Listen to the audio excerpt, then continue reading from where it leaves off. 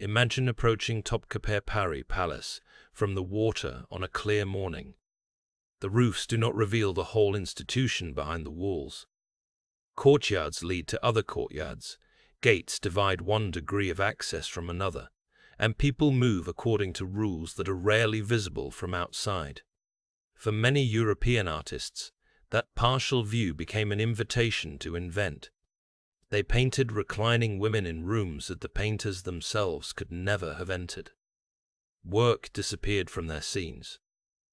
Administration vanished. Children, teachers, nurses, treasurers, laundresses, scribes, guards, and messengers gave way to a fantasy of permanent idleness. The imperial harem became, in those images, a spectacle made for foreign viewers rather than a historical household. The real institution was more complicated and more consequential. It was the protected domestic sphere of the Ottoman dynasty. But domestic did not mean politically irrelevant. It housed the Sultan's mother when she was living, his consorts, daughters, young sons, other female relatives, and large numbers of women assigned to service. Eunuch officers guarded entrances, conveyed messages, supervised people and property, and in some periods managed responsibilities that stretched far beyond the palace. A resident might spend her days teaching, sewing, preparing coffee, nursing a child, caring for clothing, keeping accounts, supervising novices, or attending a princess. Only a small minority of enslaved women had a sexual relationship with the Sultan.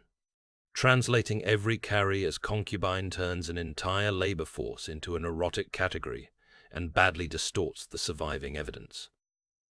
That correction should not soften the institution's coercion. Many women entered palace service because they had been captured, bought, presented as gifts, inherited, confiscated with an elite household, or transferred through networks over which they had no meaningful control. The eunuchs had endured enslavement and castration, usually before reaching Ottoman territory. Education, office, gifts, affection, salaries, manumission, marriage, and property could become real parts of later lives. None of them made an involuntary beginning voluntary after the fact. A responsible account must hold opportunity and compulsion in view at the same time, without reducing every relationship to cruelty and without using exceptional advancement to excuse ownership. Most servants did not leave autobiographies. Their presence has to be reconstructed from records created for other purposes. Stipend lists, palace expenses, purchase registers, inventories, petitions, marriage arrangements, charitable endowments, court cases, architectural changes, diplomatic reports, tombstones, and the memoirs of a much later age. Each kind of evidence illuminates one surface and leaves another dark. A payroll may name an office and a payment while saying nothing about fatigue or friendship. A room plan establishes which passages existed but does not prove who crossed them on an ordinary afternoon. A gift recorded in an account might express affection, obligation, strategy, or several motives together. Historical confidence, therefore, has to be calibrated rather than simply declared. Even the word harem needs care. It comes through Arabic from a root associated with what is protected, restricted, or forbidden to outsiders. Across Ottoman society, households could have a harem section without resembling the imperial establishment. The Harem-i Humayun, the imperial harem, was distinctive because it belonged to the ruling dynasty and became part of the machinery of sovereignty. Its residents were not isolated from the empire. Letters, orders, money, textiles, food, medicines, news, marriage proposals, legal documents, and people passed through regulated channels. Seclusion was not emptiness. It was an arrangement of controlled contact, and maintaining it required constant labor. There was no single timeless harem organization that sprang fully formed from the conquest of Constantinople in 1453. Early Ottoman rulers governed through mobile households that moved among towns, residences, hunting grounds, and campaigns. Bursa and Edirne served as capitals before Constantinople. Wives, mothers, children, retainers, captives, nurses, servants, and guards formed parts of dynastic life, but the evidence for ordinary women's work in the earliest centuries is sparse. Later palace terminology cannot simply be projected backward to fill the gaps. Institutions accumulated through custom, building, conflict, and reform. A title common in an 18th century register may have had a different weight 200 years earlier, or may not yet have existed. Mehmed the Conqueror began the palace now called Topkapı in the later 15th century. Its architecture separated modes of service and degrees of proximity. The outer and inner courts, council spaces, kitchens, service buildings, treasury areas, and private quarters made rank visible in movement. Male pages of the inner palace followed their own training and hierarchy. The women's household developed a different pedagogy, transmitted largely by experienced women. Yet the female dynastic household was not immediately concentrated in the new palace. The old palace elsewhere in the city remained important, especially for royal women. A movement toward Topkapı unfolded gradually. This geography changed dramatically in the 16th century. During Suleiman's reign, Harem sultans' exceptional position and residence helped alter the relationship between dynastic women and the ruler's main palace. After her came a period in which the sultan's mother and other senior women occupied increasingly visible places within court politics. Building campaigns expanded the harem quarters. These developments were not merely the result of romance or individual ambition. They accompanied changes in dynastic reproduction, princely residence, succession, and the public presentation of Ottoman rule. Earlier, Ottoman princes had often been sent to provincial governorships with their mothers. A prince's household prepared him to govern and gave his mother an administrative role around his career. As succession practices shifted, princes increasingly remained within the central palace rather than developing separate provincial establishments. Mothers, sons, consorts, servants, and guardians were consequently drawn into new configurations at court. Leslie Pearce has shown that reproduction and sovereignty cannot be separated in this story. The dynasty's management of maternity, princely training, ceremonial status, and access to the ruler shaped the harem's institutional importance. The familiar expression Sultanate of Women is sometimes used for the era when mothers and consorts, such as Harem, Nurbanu, Safiye, Kozum, and Turhan, exercise striking influence. The phrase can be convenient, but it also misleads if it suggests that women formed a united government or secretly replaced all male institutions. These royal women had different interests, clients, enemies, resources, and historical circumstances.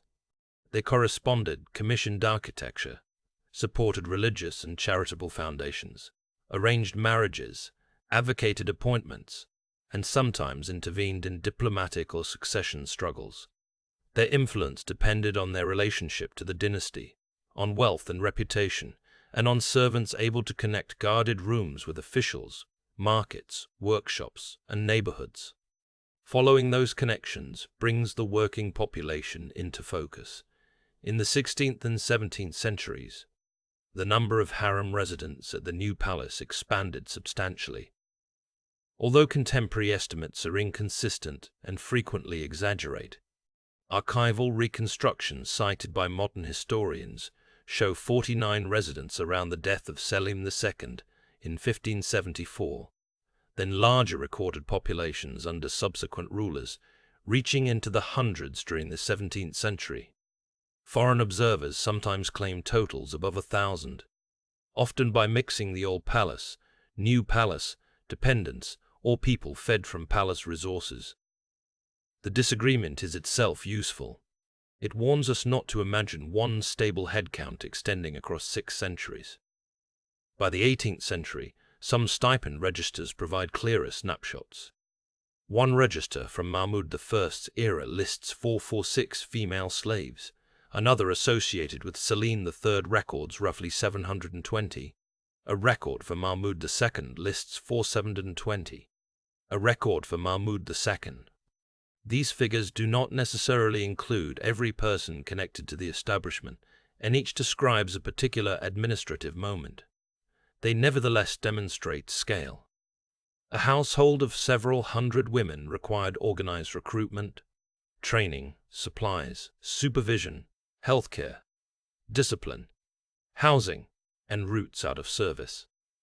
It could not have functioned as the indolent tableau imagined in Orientalist painting. Women entered the palace through several paths. Some arrived as captives from war and frontier violence.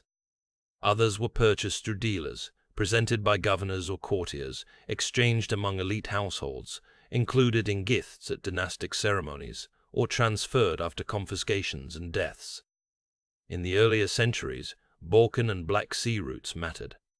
Over time, the Caucasus became especially prominent in the supply of female slaves to Ottoman elite homes, while routes and preferences changed with geopolitics. The surviving archive rarely allows a precise childhood biography to be assigned to an ordinary servant. Later memories sometimes attach an origin to a prominent woman, but those claims may rest on family legend or assumptions made after renaming. Gulunwa Sultan provides a documented example of violent entry into the imperial household.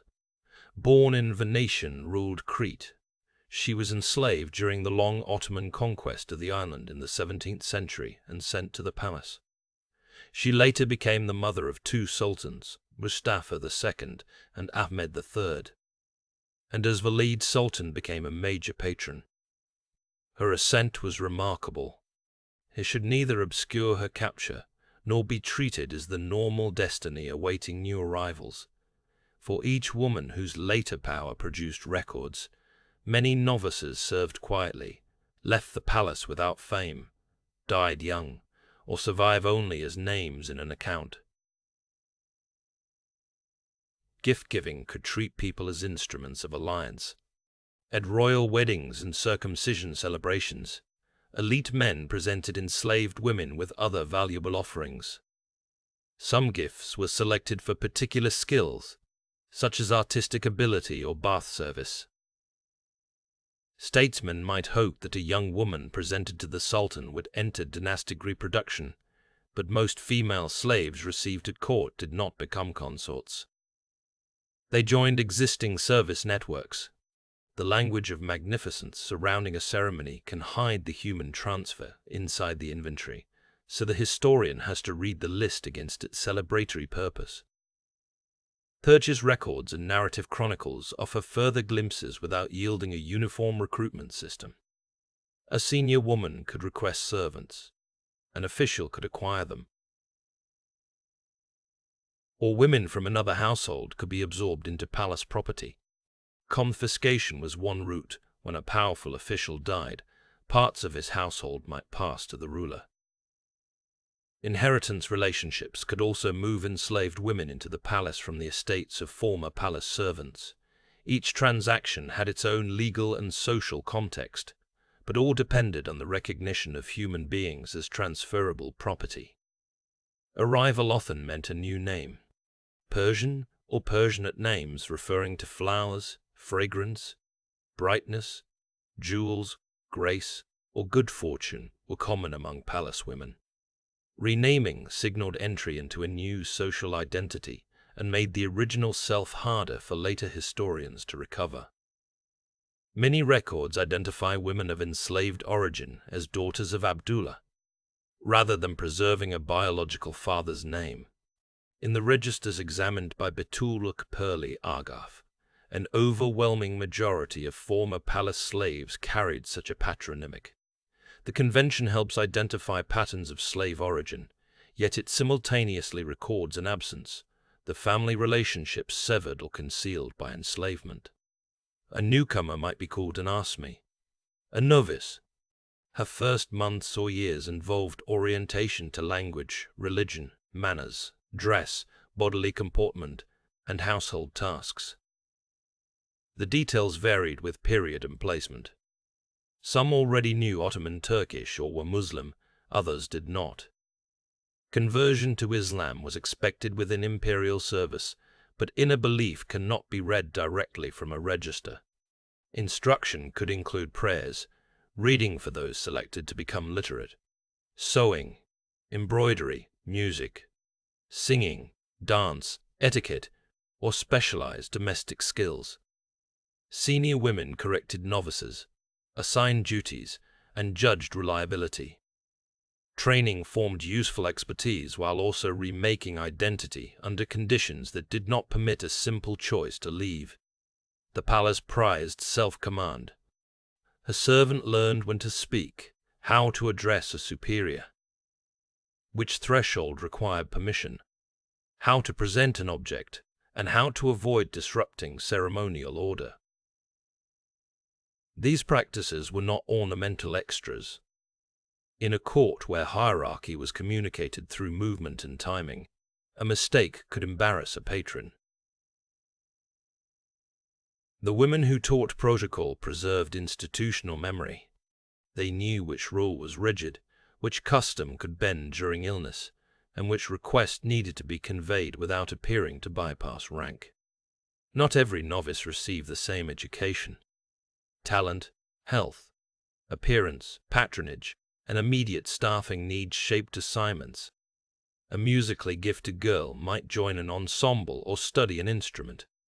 Someone adept with textiles could progress in wardrobe or embroidery work. A calm and trusted attendant might be drawn into childcare.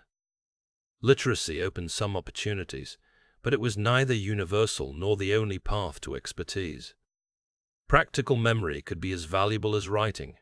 Knowing the contents of chests, the sequence of ceremonial garments, medicinal preparations, or the preferences of a demanding senior. Hierarchy among enslaved women changed over time. Terms such as carrier, fikad, kalfa, usta, gedikli, hazandar, and kathuda kader kadaran appear in different periods and sources, but no single ladder should be described as permanent. Carrier could indicate legal status broadly, not one narrow job. A kalfa was generally an experienced servant or supervisor, while usta suggested a senior mistress of a function. Hazandars worked around the treasury, valuables, clothing, and the personal service of high-ranking residents. The kathuda kader was a major female administrative figure in some arrangements. Titles expressed both duty and proximity, yet their precedence could shift with each household and reign. Promotion offered material improvement and greater authority. A senior attendant might receive a larger stipend, finer clothing, gifts, better quarters, and servants of her own. Trust could bring access to sensitive information and a role in teaching younger women. Advancement did not abolish enslavement, and formal rank did not guarantee personal security. A patron's death, a succession, a political reversal, or accusations of disloyalty could rearrange careers quickly. Even a well-established woman remained embedded in relationships above and below her. Daily labor began before any ceremony could appear effortless. Beds required airing and arranging. Lamps needed fuel, trimming, lighting, and safe extinguishing. Floors, fountains, windows, metalware, and tiled rooms demanded cleaning. Clothing had to be brushed, repaired, stored, scented, and protected from damp or pests. Water was carried or managed through palace systems. Bathing involved attendants, towels, clogs, soap, copper vessels, changes of clothing, and privacy. Food arrived from the great kitchens through control routes, then had to be portioned, served, cleared, and accounted for within individual suites. Laundry was an especially large operation in a household rich in linen and layered dress. Washing, rinsing, drying, starching, folding, mending, and sorting consumed time and fuel. Some work took place through specialized palace units or outside suppliers, and its organization changed as buildings and technologies changed. The finest garments could not simply be scrubbed like ordinary cloth. Brocades, furs, embroidered fabrics, veils, undergarments, bedding, and towels each required knowledge. A wardrobe office preserved wealth as well as appearance, because textiles were among the court's most visible and valuable forms of material culture. Coffee service became a refined duty after coffee entered Ottoman urban and court life in the 16th century.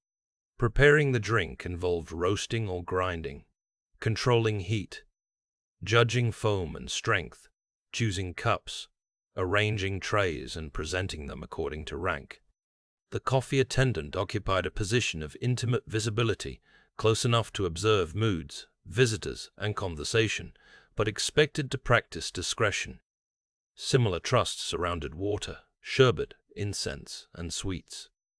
An apparently simple tray could be part of hospitality, medicine, ritual, or political reception. Bath service was likewise more than decorative spectacle. Hammam routines supported hygiene, health, sociability, and life cycle customs. An attendant might prepare the heated rooms, supply washing materials, manage garments and jewelry, help with hair, or monitor someone who was pregnant, elderly, or ill. European descriptions often eroticized communal bathing because it suited expectations about the harem. Ottoman evidence instead places bath labor within a broader domestic and ceremonial economy.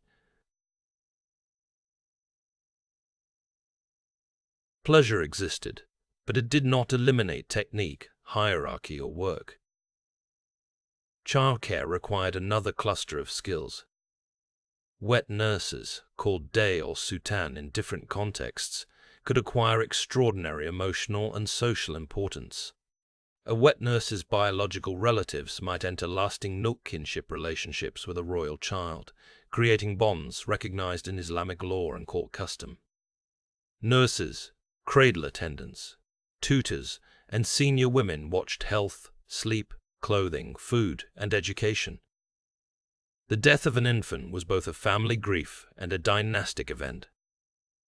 The survival of a prince or princess could shape the fortunes of an entire entourage. Women serving a royal daughter might later follow her into a new household at marriage. There they carried palace methods into waterfront mansions, urban residences, and provincial appointments connected to the princess's husband. A princess's attendants handled wardrobes, correspondence, gifts, visitors, accounts, and charitable obligations. Some servants remained with one patron for decades. Others moved between suites. Their careers showed that the imperial harem was a center of training whose influence extended through many elite households. The valide sultan, mother of the reigning ruler, normally stood at the head of the female dynastic hierarchy when alive. Her authority was not merely maternal sentiment enlarged to imperial scale. She had a household, revenues, clients, correspondence, ceremonial precedents, and charitable projects. Servants made that authority operational. A petition had to be received, summarized, and returned through a channel. Money needed stewards and records. A mosque complex required agents, builders, endowment administrators, and local contacts. The vali's senior women and eunuch intermediaries helped translate intention into action. Nurbanu Sultan's great charitable complex at Üsküdar, the Attic Valide, illustrates the outward reach of royal female patronage. Safiye Sultan's new mosque project, later completed under Turhan Sultan, tied dynastic women to Istanbul's commercial and devotional landscape. Kösem Sultan supported foundations and developed extensive networks during a period of vulnerable young rulers and fierce political competition. These women were not interchangeable examples of a collective female regime. Their projects and interventions emerged from distinct moments, and each depended on many unnamed workers. Consorts occupied another range of ranks, whose titles evolved. Haseki was important in the 16th and 17th centuries, especially for a favored consort, but the term faded. In the 18th century, Kadern and Iqbal described ranked consorts and favorites within a different structure. Numbers and precedents varied. Motherhood could transform a consort's status, yet bearing a child did not automatically guarantee safety or lasting influence. The dynasty's reproductive arrangements were political, legal, emotional, and bodily at once. It is important to repeat the distinction without turning it into a slogan. Most enslaved women in the harem were servants, not the sultan's sexual partners. Popular retellings imagine every new arrival passing through a beauty contest toward the ruler's bed. The archival record instead shows extensive labor categories and personal staffs assigned to the valide, princesses, princes, and consorts. Sexual access was tightly structured and involved a small fraction of residents. Reducing all carriers to concubines both eroticizes enslavement and erases the majority's work.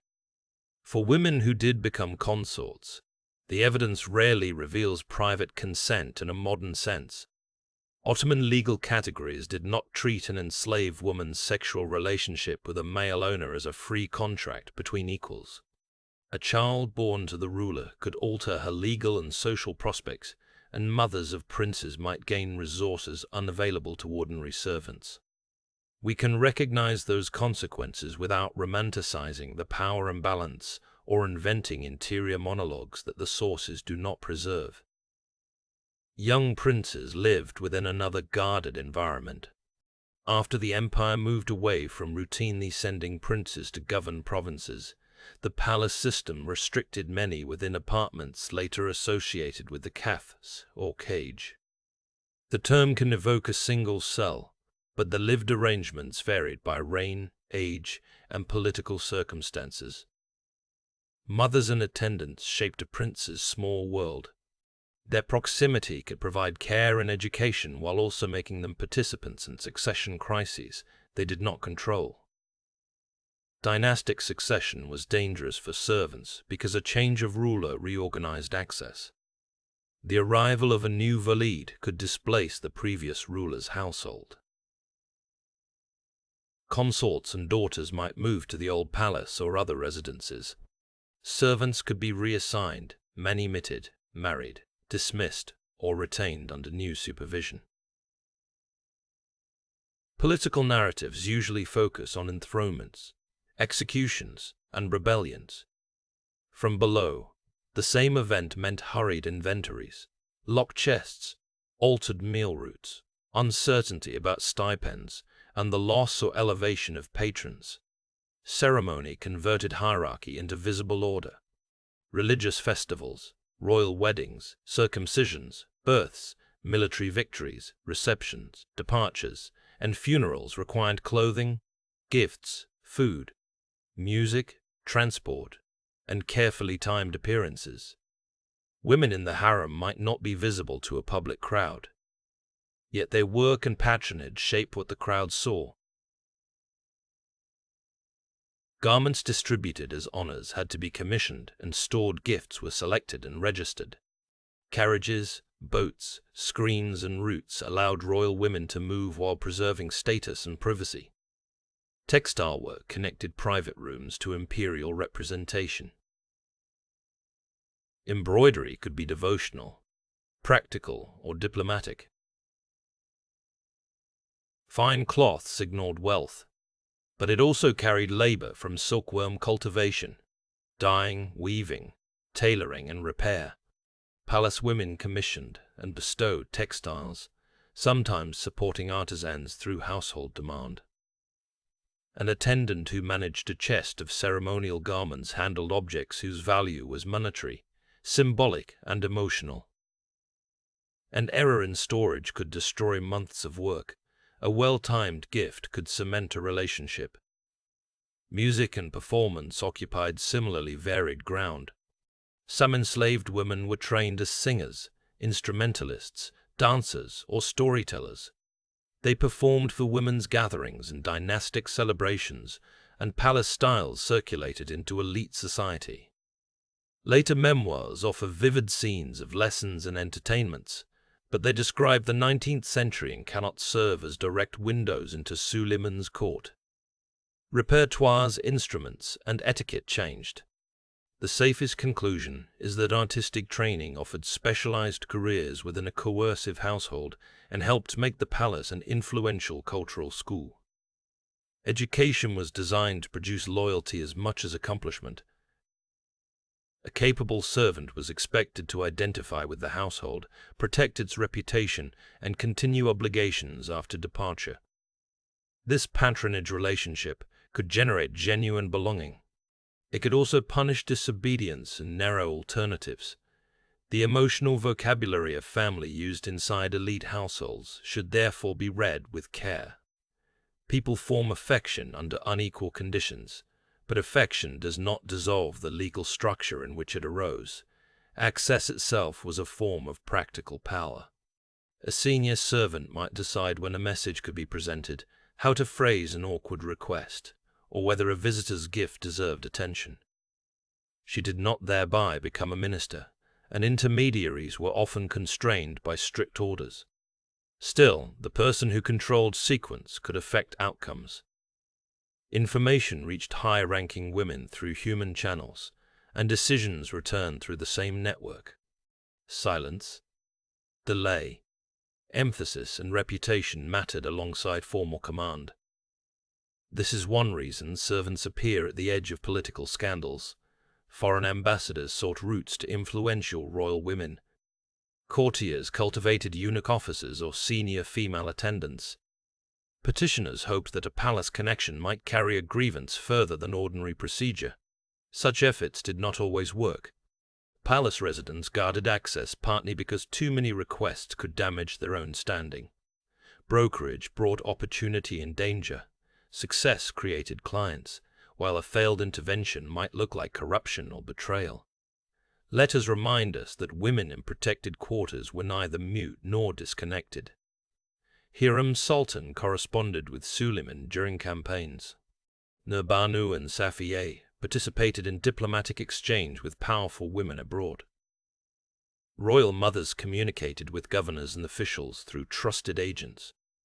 The handwriting on a surviving page may belong to a secretary, but dictation and seal still express institutional authorship. Behind every famous letter stood people who supplied paper, carried packets, authenticated delivery, translated where necessary, and preserved or destroyed drafts. The guarded threshold was also a place where eunuch officers became indispensable. Their history begins with violence that court titles can easily conceal. Eunuchs entering Ottoman service had usually been enslaved and castrated before arrival, because Islamic legal opinion generally prohibited castration while slave markets still accepted people who had undergone it elsewhere. Many African boys were taken through routes connected to the Nile Valley, the Red Sea, Egypt, and northeastern Africa. Mortality from capture, transport, and the operation was severe, although precise rates are impossible to establish for most periods. Ottoman records used racialized core labels often translated as black eunuchs and white eunuchs. These were historical administrative categories, not neutral descriptions of natural difference. White eunuchs, frequently recruited from the Balkans or Caucasus, were associated especially with parts of the male inner palace and its gates. African eunuchs became increasingly central to the women's quarters. Duties and institutional balance shifted. Neither corps was culturally uniform, and skin color alone cannot explain an individual career, language, patronage, or identity. The physical fact of castration shaped health and social experience differently depending on age, method, medical survival, and later care.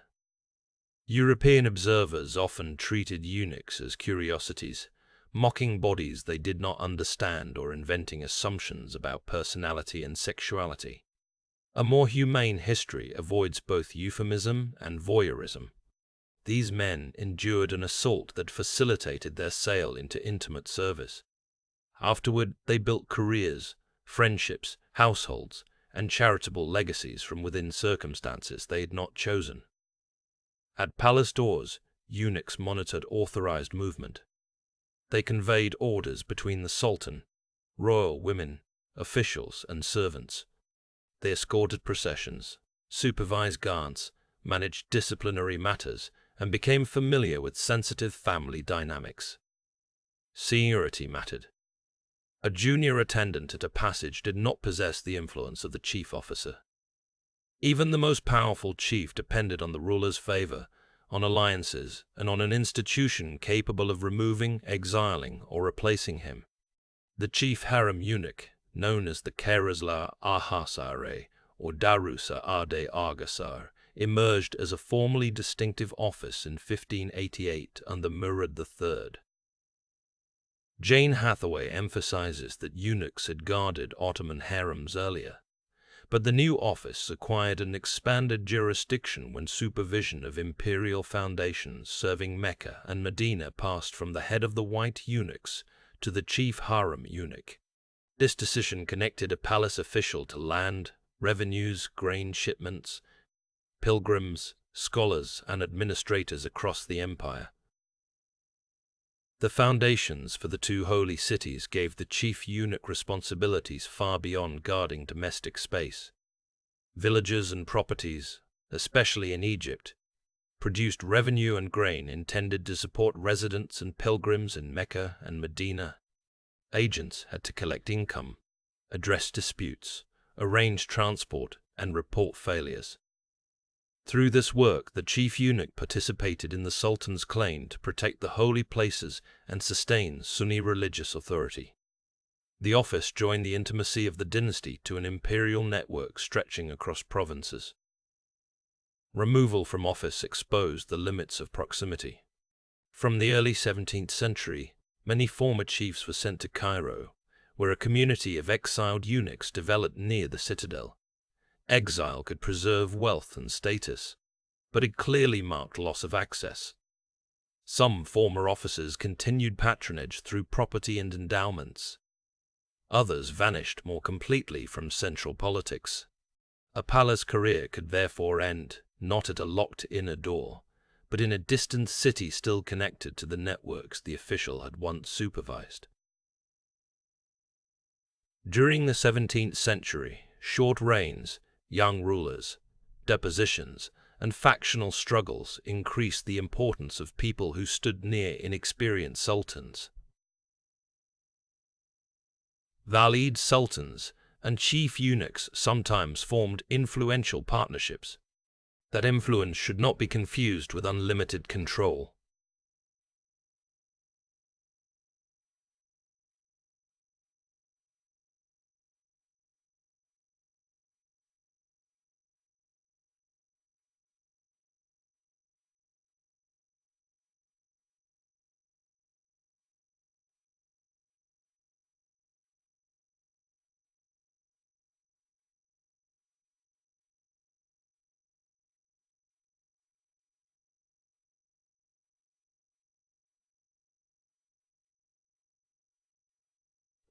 They endowed mosques, schools, libraries, fountains, markets, and other institutions in Istanbul, Cairo, Medina, and provincial towns. Revenue might come from shops, mills, farmland, warehouses, or houses. These foundations supported religious learning and urban infrastructure while enhancing the founder's memory. Manuscripts supplied through such networks contributed to the circulation of Hanafi legal and theological works. A man once treated as human merchandise could later leave a substantial public institution without that achievement erasing the violence at the beginning of his life. El-Hajj Beher Aga, chief eunuch from 1717 until 1746, became one of the office's longest-serving and most formidable occupants. His tenure crossed the reign of Ahmad III and continued under Mahmud I. He cultivated religious, political, commercial, and intellectual connections, supported libraries and other foundations, and appeared to European observers as a broker of appointments. His exceptional career shows what the office could become. It does not justify using him as a template for every eunuch who stood at a palace gate. Luxury goods offered another field of mediation. Senior eunuchs connected royal women with merchants and diplomatic gift networks that supplied clocks, mirrors, fabrics, porcelain, jewelry, and novelties from Europe and elsewhere. Their role did not mean that foreign fashion simply conquered an isolated court. Ottoman consumers selected, reinterpreted, displayed, reimported, displayed, repaired, and combined imported objects with local traditions. Servants learned the care of unfamiliar mechanisms and materials. A clock on a shelf could require an interpreter, a technician, and a social explanation before it became part of palace routine. By the middle and later 18th century, grand viziers and chief eunuchs competed, cooperated, and checked one another in changing ways. No office retained a fixed political weight. The ruler's personality, age, and confidence mattered. So did war, fiscal pressure, faction, and the strength of other households. Institutional history is therefore more reliable than a parade of supposed puppet masters. It reveals how channels of access became powerful under certain conditions, and how quickly another reign could rearrange them. To recover the less celebrated lives inside this system, begin with the records that paid for it. Ottoman stipend registers, called mevetsib records in this context, can list names, ranks, offices, and assigned amounts. Allowance and expenditure accounts show provisions. Purchase books record goods and sometimes people. Big registers capture moments of ceremonial redistribution. Together, they reveal an institution divided into recognizable jobs, but the documents were written to manage resources rather than preserve experience. They tell us that a coffee attendant held a place on a list. They rarely say whether her hands shook during a difficult audience or whether she enjoyed the work. Inventories open another narrow window.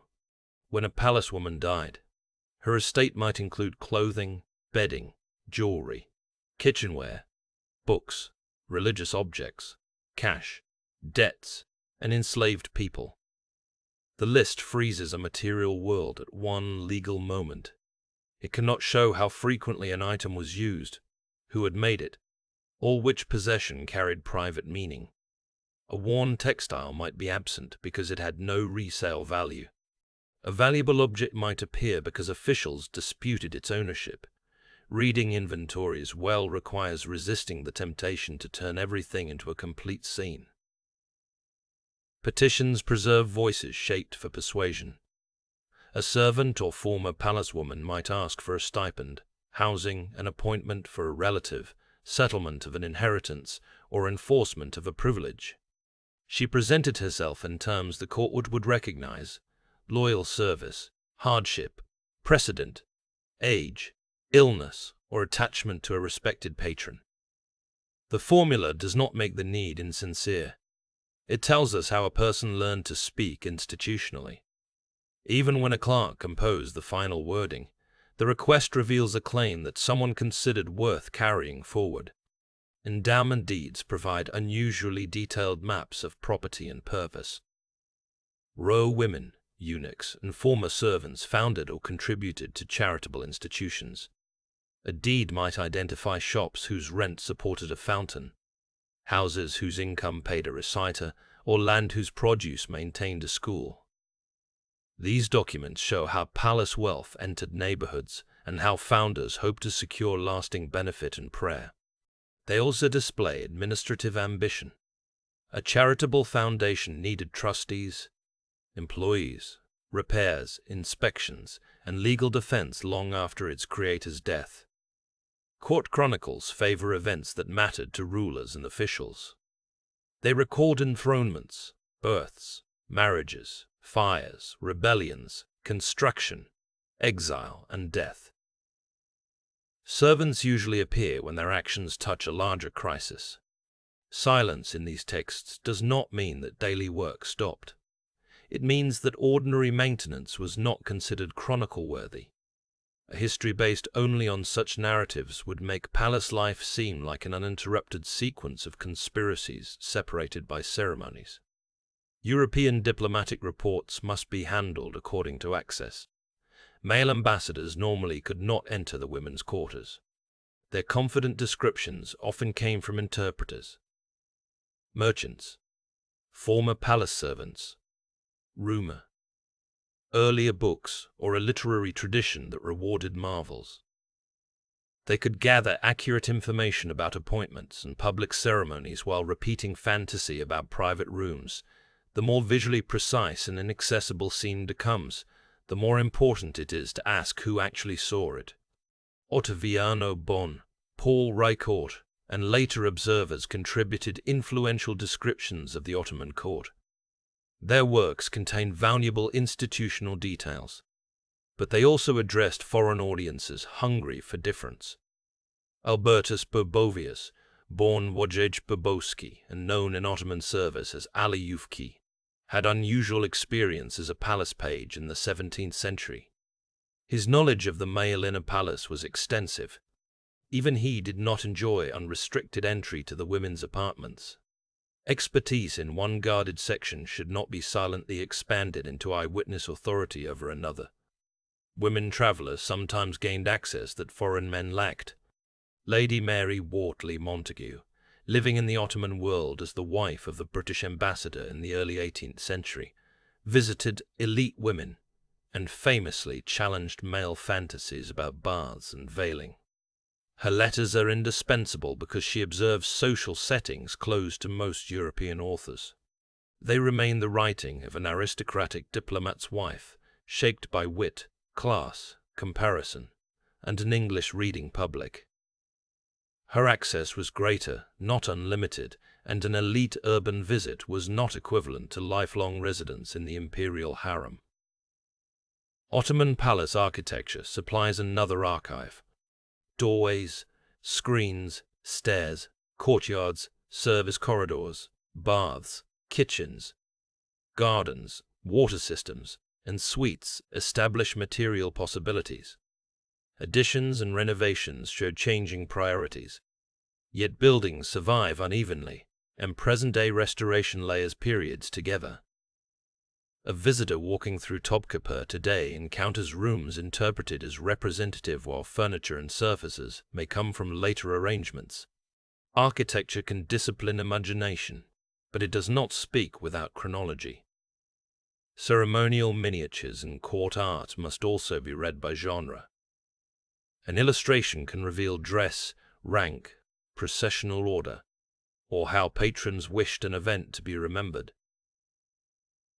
It is not a photograph. Figures may be arranged to make hierarchy legible rather than reproduce sightlines exactly. Likewise, 19th century Orientalist paintings often advertised the imagined access of the artist. Their polished tiles and textiles can look documentary, while the human scene remains invented. The ordinary women least likely to appear in any of these sources were novices, cleaners, laundresses, and attendants, who never accumulated property or influential ties. We know their labor existed because the household could not operate without it, and because offices service and aggregate records. We usually cannot assign a personality or daily schedule to a named individual. Ethical reconstruction means describing tasks and constraints, while refusing to manufacture dialogue for someone whose words were not preserved. Season-shaped labor.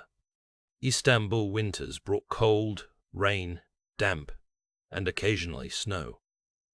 Braziers, fireplaces, charcoal, wood, shutters, curtains, carpets, and layered clothing helped warm rooms. But heating was uneven, and fire risk persistent.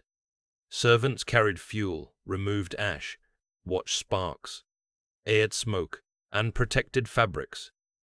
Summer shifted attention toward shade, gardens, ventilation, wore shadage. The palace beside the Bosphorus offered breezes, yet dense apartments still required adaptation. Night did not end service. Lamps and candles had to be placed and monitored.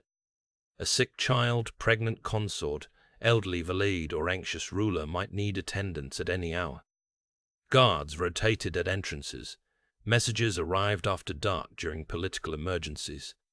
Fires in the city could trigger alarms even when flames were distant, because wind carried embers across wooden neighborhoods. Sleep in a great household was staggered by duty and rank rather than shared as one quiet interval. Water represented both infrastructure and effort. Ottoman palace complexes drew on channels, cisterns, fountains, wells, pipes, and carried vessels. Bathing, washing, gardens, cooking, ablution, and drinking placed different demands on supply and quality. Workers maintained conduits and repaired leaks outside the women's establishment, while attendants managed water within suites. A fountain celebrated royal generosity and stone. Its daily usefulness depended on less visible maintenance. Food linked the harem to enormous palace kitchens and provisioning systems.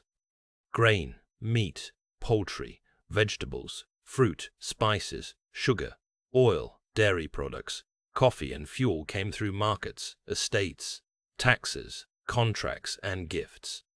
Kitchen staff prepared meals at scale, but service inside the harem involved additional sorting and presentation.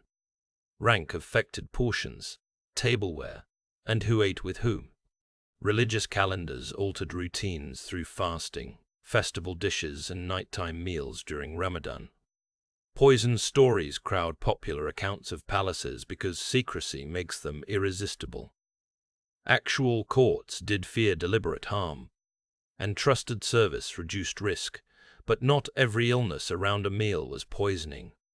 Infection, spoiled food, chronic disease, childbirth complications, and limited diagnosis were common.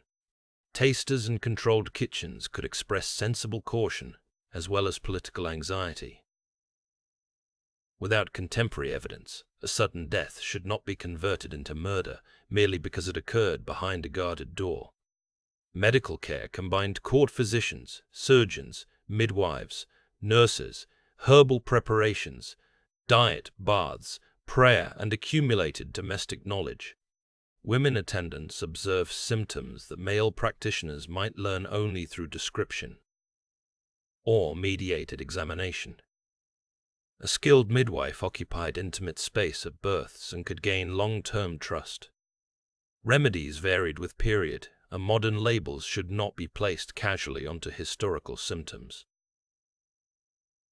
A record of fever or melancholy may describe many possible conditions. Childbirth was especially dangerous.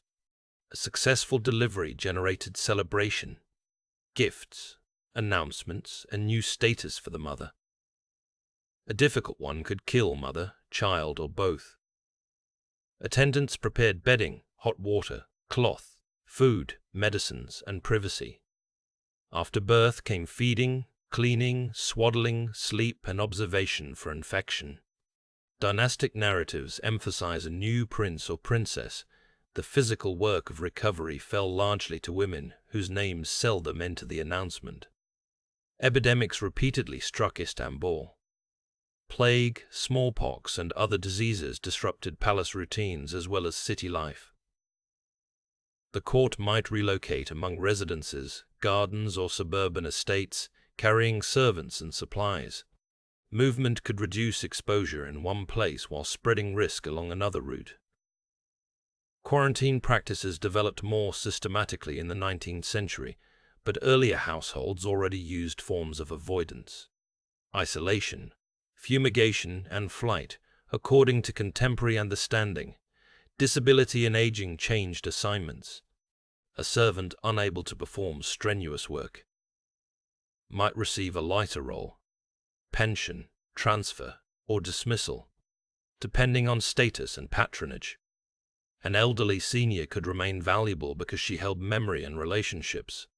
Eunuchs experienced chronic health effects connected to castration and age, but individual outcomes varied. The archive's concern with payments makes incapacity visible, mainly when it required an administrative response.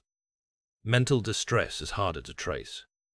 Homesickness, grief, fear, rivalry, isolation, and trauma must have existed, Yet historians should not diagnose people from a brief anecdote. Palace texts could interpret behavior as illness, disobedience, possession, temperament, or moral failure. Music, gardens, companionship, religious practice, storytelling, and medical treatment might all provide relief. They could also coexist with punishment and confinement. Discipline ranged from correction by senior women to reassignment, loss of privileges, expulsion, confinement, physical punishment, or sale. Precise practice changed over centuries, and lurid claims by outsiders require corroboration. The household demanded obedience because its reputation and security depended on controlled conduct. At the same time, residents negotiated rules through patronage, petitions, excuses, mutual aid, and strategic silence. Total surveillance was an aspiration rather than a practical reality in a population of hundreds. Rumor could be dangerous. Intimate service gave people fragments of information without the full picture. A whispered illness, pregnancy, quarrel, or appointment might gain political meaning as it moved. Senior officers tried to regulate communication, yet the palace could not be sealed from servants who had relatives, suppliers, and contacts outside. Punishment for gossip reveals both the value of secrecy and the impossibility of perfect containment. Sexual harassment and abuse are difficult to document from sources written to protect dynastic dignity. Enslavement itself created vulnerability, and hierarchy limited the capacity to refuse superiors. The absence of explicit records cannot establish safety, nor does it license an invented catalogue of assaults. We can state the structural risk, identify cases when evidence exists, and resist both sanitizing silence and sensational reconstruction. Conflict among women should not be exaggerated into a natural condition of harem life. Competition for rank, resources, or a patron's attention certainly occurred. So did cooperation, teaching, milk kinship, friendship, ritual companionship, and shared work. European stereotypes often depicted secluded women as inherently jealous, because that story served erotic drama. A complex household produced alliances and disputes for the same reason any hierarchical institution does. People depended on one another while facing unequal rewards. Religious life structured time and conduct. Daily prayers, Ramadan, the major festivals.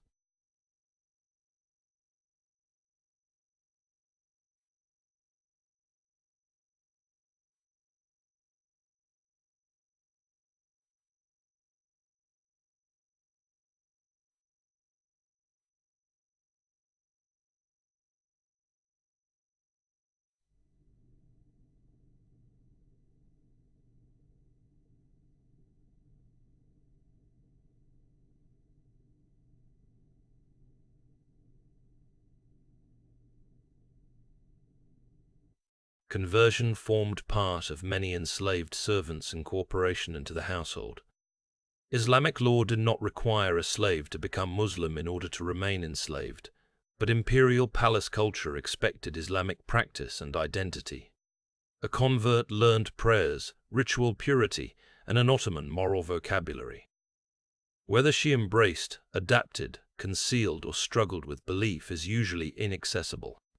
Renaming and conversion could open social belonging while also marking the loss of the prior community. Language learning was essential for newcomers from diverse origins. Ottoman Turkish dominated administration and household command, while Arabic and Persian carried religious and literary prestige. A resident might retain or share Georgian, Circassian, Greek, Slavic, Albanian, or African languages depending on origin and contacts. Court culture was multilingual without making every servant a fluent polyglot. Translation happened through uneven competence and trusted intermediaries. Literacy varied widely. Some palace women could read religious texts, correspondence, poetry, or accounts. others relied on secretaries and oral instruction.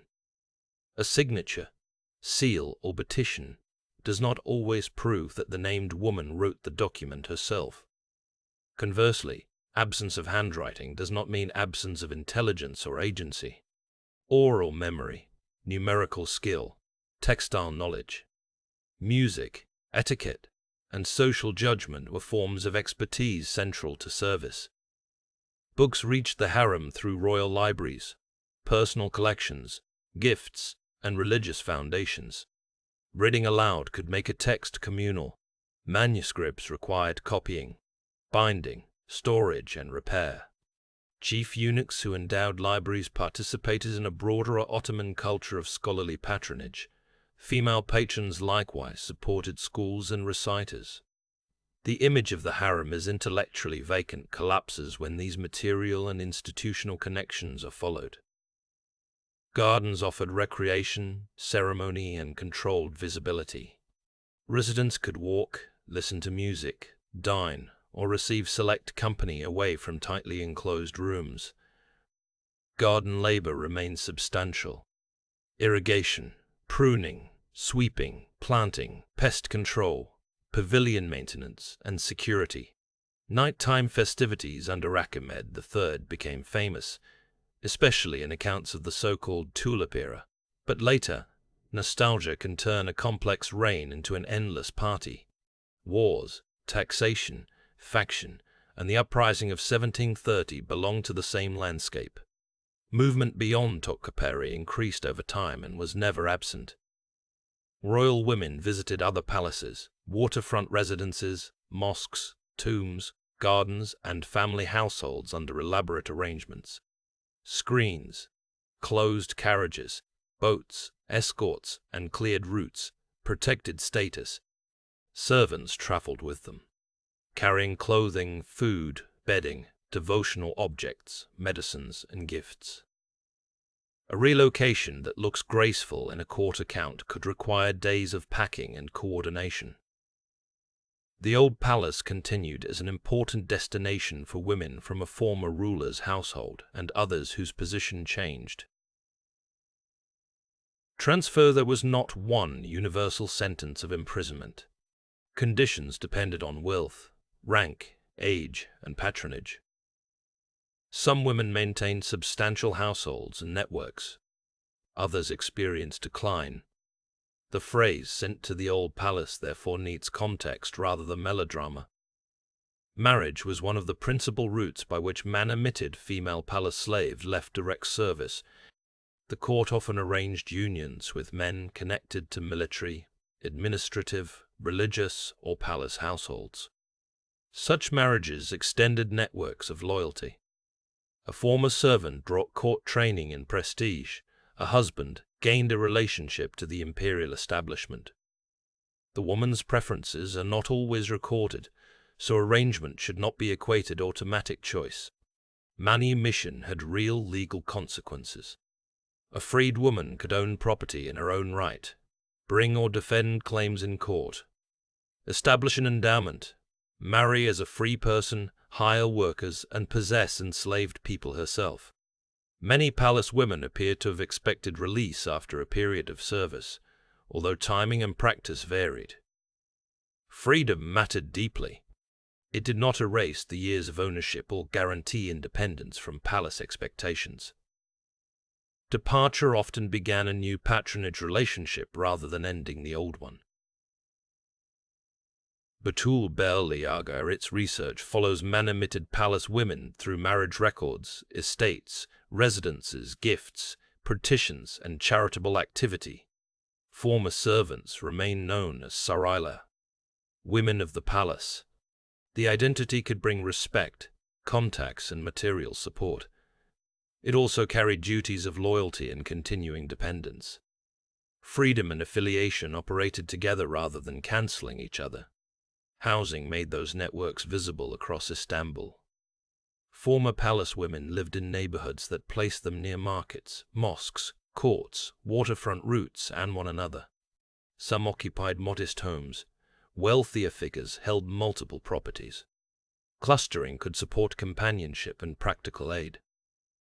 It also allowed the palace to maintain a social presence outside its walls through people trained in its customs. Marriage connected ex-servants with men across the ruling establishment. A woman might become the wife of an officer, bureaucrat, religious scholar, artisan serving the court, or another palace affiliate. Her household could then train servants, host visitors, and place children or clients within broader networks. These ties helped reproduce an Ottoman elite, not through blood alone but through affiliation and service. Material fortunes differed sharply. Some former palace women died with jewelry, fine fabrics, cash, property, and enslaved servants. Others left debts or small estates. Exceptional wealth attracts historical attention because it generates documents, but it cannot stand for the whole population. Rank, length of service, patron generosity, marriage, inheritance, health, and luck shaped outcomes. The poorest former servants may be the hardest to find precisely because they had little to inventory. The fact that manumitted women sometimes owned slaves of their own complicates any simple story of liberation. A person could move from enslavement into freedom and then participate in the same legal institution as an owner. Palace culture normalized household slavery as a form of labor and dependency. Acknowledging this does not deny the former slaves' earlier victimization. It shows how deeply the system structured aspiration and domestic organization. Charitable endowments gave some ex-palace women a public legacy. A founder might support a neighborhood fountain, Quran recitation, mosque repairs, bread for the poor, or another local service. Small endowments mattered alongside monumental royal complexes. They placed women in the legal and devotional life of the city. The deed could protect assets, direct revenue, and preserve the founder's name through recurring prayer. Inheritance disputes reveal another dimension of continuing palace claims. Islamic inheritance law recognized relatives and spouses, but former enslavement created ties of patronage known through wala, and the imperial household could assert interests in certain estates. Officials evaluated debts, heirs, and ownership. The legal detail varied, so no universal formula captures every case. What remains clear is that death did not automatically sever the institutional relationship formed in service. Funerals and burial transformed rank into memory. Dynastic women rested in imperial mausoleums or prestigious complexes. Chief eunuchs and senior servants might have inscribed tombstones or burial near patrons, while many ordinary attendants left markers that did not survive. Titles on stone emphasize service, piety, or association. They reveal how a person wished to be remembered, not the complete path that brought her or him there. Some servants maintained ties through fosterage and milk kinship rather than office alone.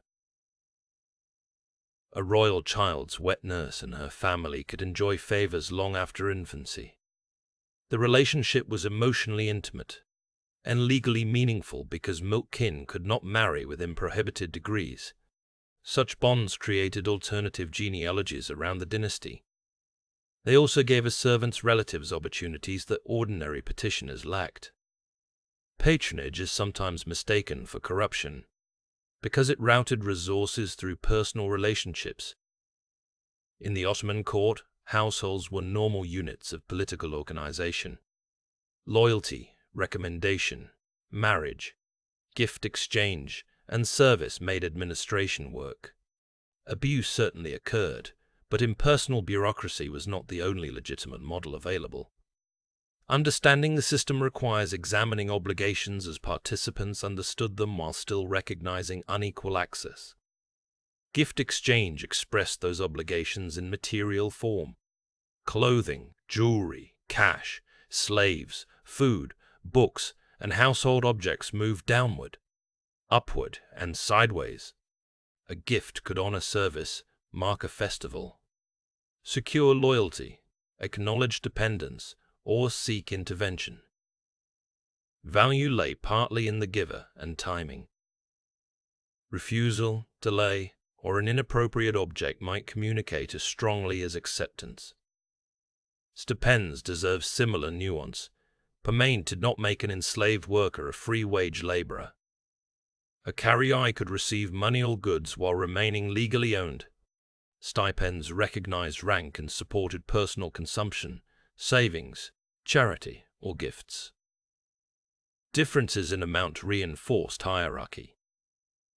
The coexistence of pay and enslavement is not a contradiction. It is evidence that legal status and economic practice overlapped in ways unfamiliar to modern categories. Clothing allowances served practical and symbolic ends. Court garments distinguished rank, season, age, and occasion. Distribution could reward service and renew affiliation. Older clothing might pass down the hierarchy, be altered, sold, or given away. A senior woman's ability to dress dependents visibly displayed the strength of her household. Behind that display stood tailors, embroiderers, furriers, dyers, merchants, and attendants, who managed fit and repair. Jewelry carried portable value.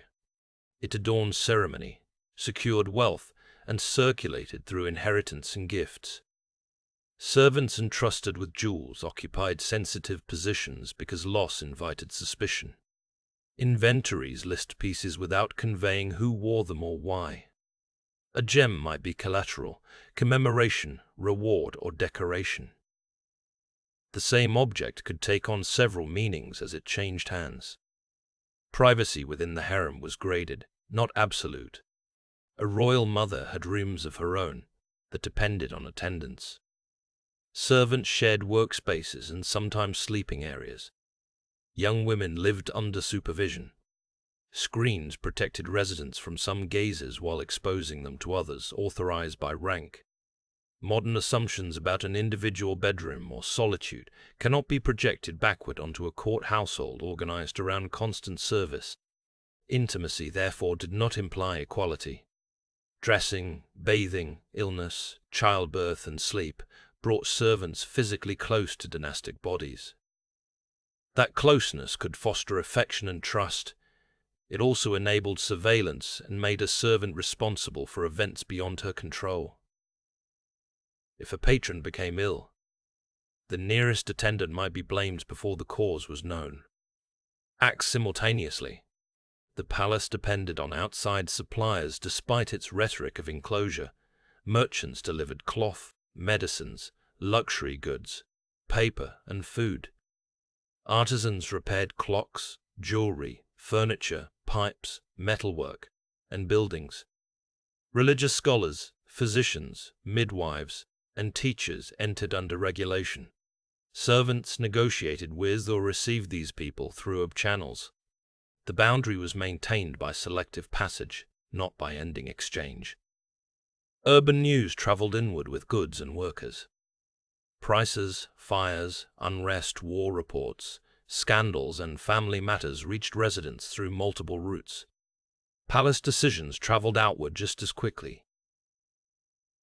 During rebellion or deposition, crowds and soldiers could bring city politics directly to palace gates. The protected household was never outside Istanbul's social world. It was one of the city's most intensely connected institutions. The 17th century made that connection especially visible. 6 dethronements occurred between 1618 and 1703. Janissaries, palace regiments, religious scholars, vizierial households, provincial interests, and dynastic factions contested policy and succession. Servants in the harem did not stand apart from these confrontations.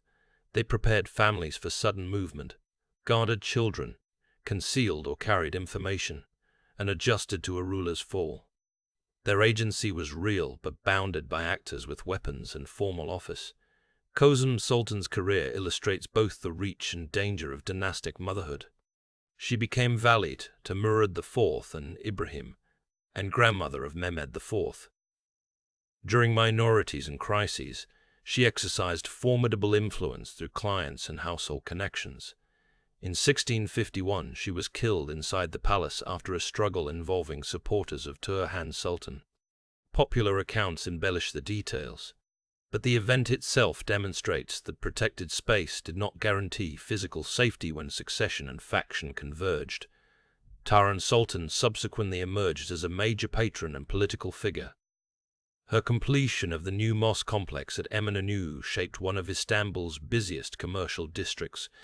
The project included a mosque, market, tomb, fountain, school, and associated revenues. Female household authority thus appeared not only in private advice, but in stone, trade, worship, employment, and urban memory. Servants and agents supported this public presence, while remaining less visible than the patron whose name anchored it. The co-ruler Grand Viziers later stabilized aspects of government through another powerful household network. Their relationship with chief eunuchs varied from cooperation to dominance. This matters because it corrects any notion that one palace corridor consistently controlled appointments. Influence shifted between households, offices, military groups, and the sovereign. Servants succeeded as brokers when they understood these balances.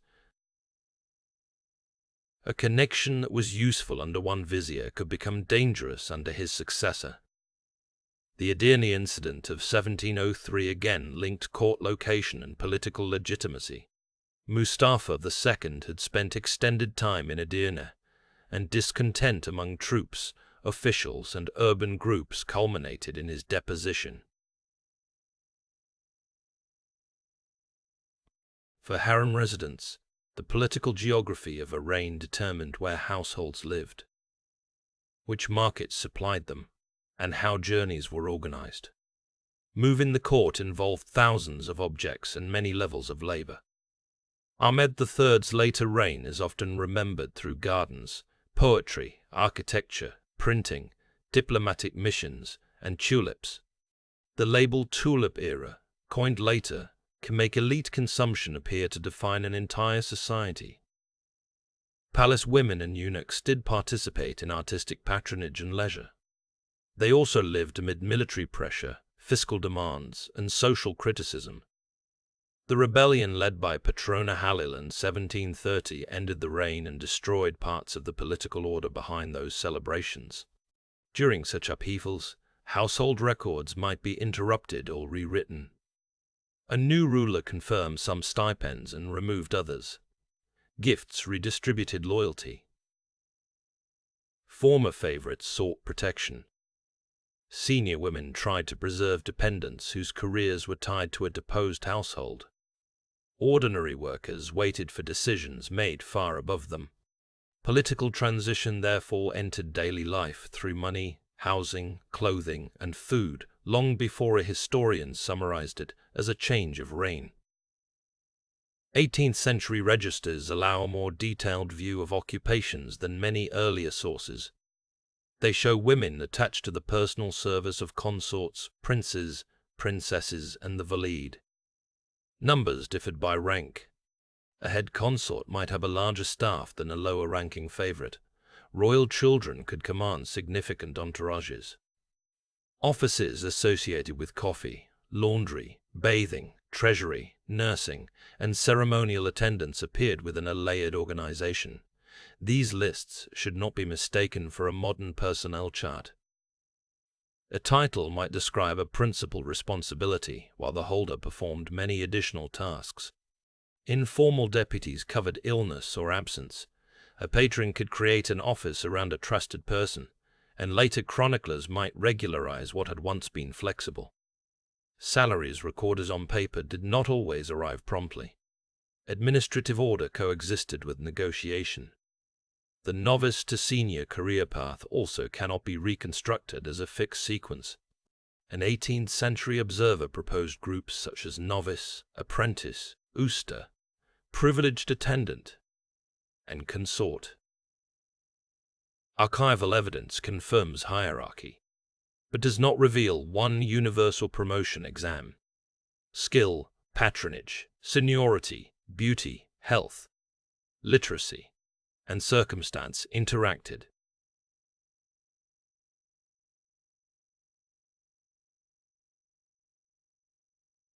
Personal households multiplied the complexity. The valide, each consort, unmarried princesses, and young princes had attendants assigned to them. Those groups were nested inside the imperial establishment, but developed internal loyalties. A servant's immediate superior might matter more to her daily life than the abstract palace hierarchy. Competition over rooms, budgets, or precedence could therefore pit suites against one another, without involving the Sultan directly. Princesses were especially important bridges between court and elite society. Their marriages usually joined them to high-ranking men whose careers depended on imperial favor. A princess retained dynastic precedence and property rights, while her household incorporated servants trained at court. She could divorce under conditions arranged in the marriage contract or through sovereign support. The practice varied. Her attendants participated in a political household that was both female-led and connected to male office-holding. Royal women controlled substantial resources through stipends, estates, gifts, and endowed property. Islamic law recognized women's independent ownership, so marriage did not automatically transfer a princess's wealth to her husband. Managing these assets required agents and trusted servants. A female patron could commission buildings, lend money, buy goods, employ artisans, and litigate. Seclusion constrained modes of presence, but did not cancel economic personhood. Ordinary enslaved women had far fewer resources, yet some accumulated money and possessions before manumission. Stipends and gifts could form a starting capital. Senior patrons might supply a trousseau, housing, or marriage payment. The difference between such support and the life of a poor free woman outside the palace could be substantial. Comparison should not become moral arithmetic. Material advantage after capture does not prove that capture benefited its victim. The same caution applies to claims that Ottoman slavery was mild because it allowed mobility. Slavery across the empire took multiple forms: domestic service, agricultural labor, military slavery, sexual exploitation, skilled work, and palace training. Experiences varied by gender, origin, owner, city, period, and task.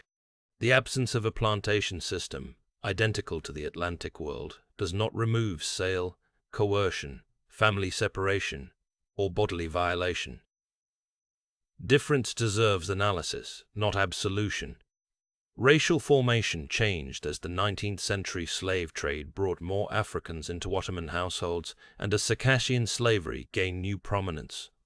Elite preference often associated Circassian women with beauty, while assigning African women and men to racialized forms of service.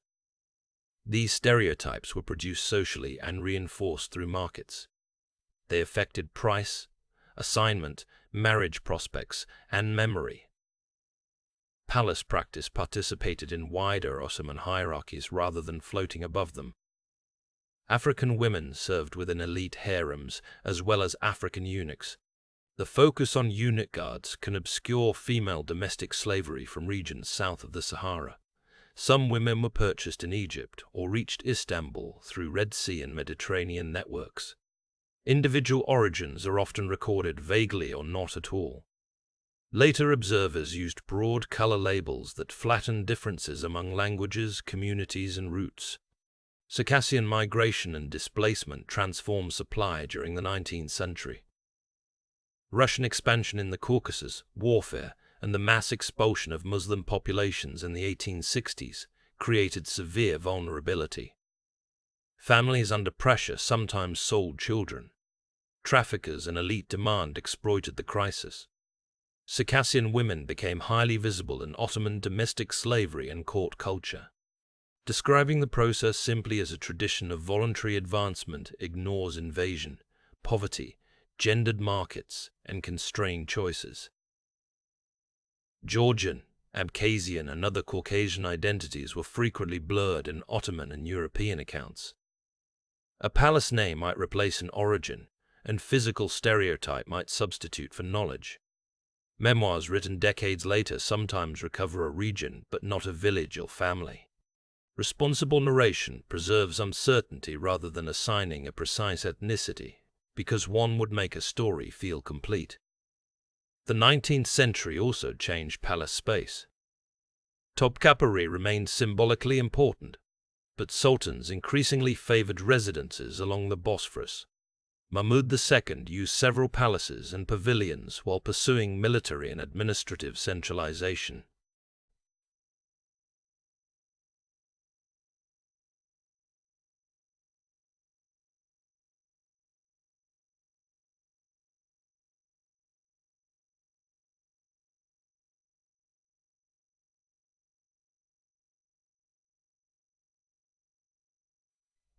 Continuity was equally important.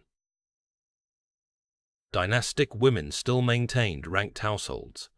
Eunuchs and female servants continued to regulate access. Islamic festivals, Ottoman protocol, marriage, patronage, and slavery remained.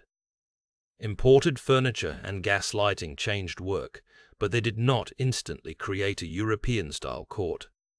New technology generated new expertise. Clocks required winding and repair. Gas and later electricity changed illumination and fire risk. Telegraphy accelerated political news. Steamships reshaped travel on the Bosphorus. Piped water, heating systems, photography, and European medicine entered unevenly. Servants learned to operate or accommodate each innovation, often alongside older practices that remained more reliable in particular rooms. Uniforms and formalized dress became more prominent under 19th century reform. Male officers' clothing visibly changed after Mahmud II's abolition of the janissaries in 1826. Women's court fashion also incorporated new cuts, fabrics, and accessories, while preserving distinctions of modesty and rank. Photographs from the later century offer valuable visual evidence, but staged portraits cannot be treated as candid records of work. The destruction of the Janissary Corps in the auspicious incident of 1826 altered palace politics. A military body that had repeatedly intervened in succession disappeared, and new forces took its place. Chief harem eunuchs lost some of the political environment in which earlier figures had brokered influence. The office continued, but its relationship to ministers and the sovereign changed. Institutional decline was gradual rather than one moment of abolition. Mahmud II's reforms affected endowments, administration, clothing, military organization, and provincial power. Central ministries grew, yet household connections remained important. Palace women and servants navigated both personal patronage and expanding bureaucracy. A pension request might now pass through a more formal office while still depending on a recognizable court affiliation. Modernization layered procedures. It did not erase older relationships overnight. The Tanzimat reforms announced from 1839 promised security of life, honor, and property, and introduced broad administrative and legal changes. They did not abolish slavery. Ottoman reformers faced diplomatic pressure, economic interests, elite household demand, provincial conditions, and religious legal debates. Restrictions targeted particular routes and markets at different times.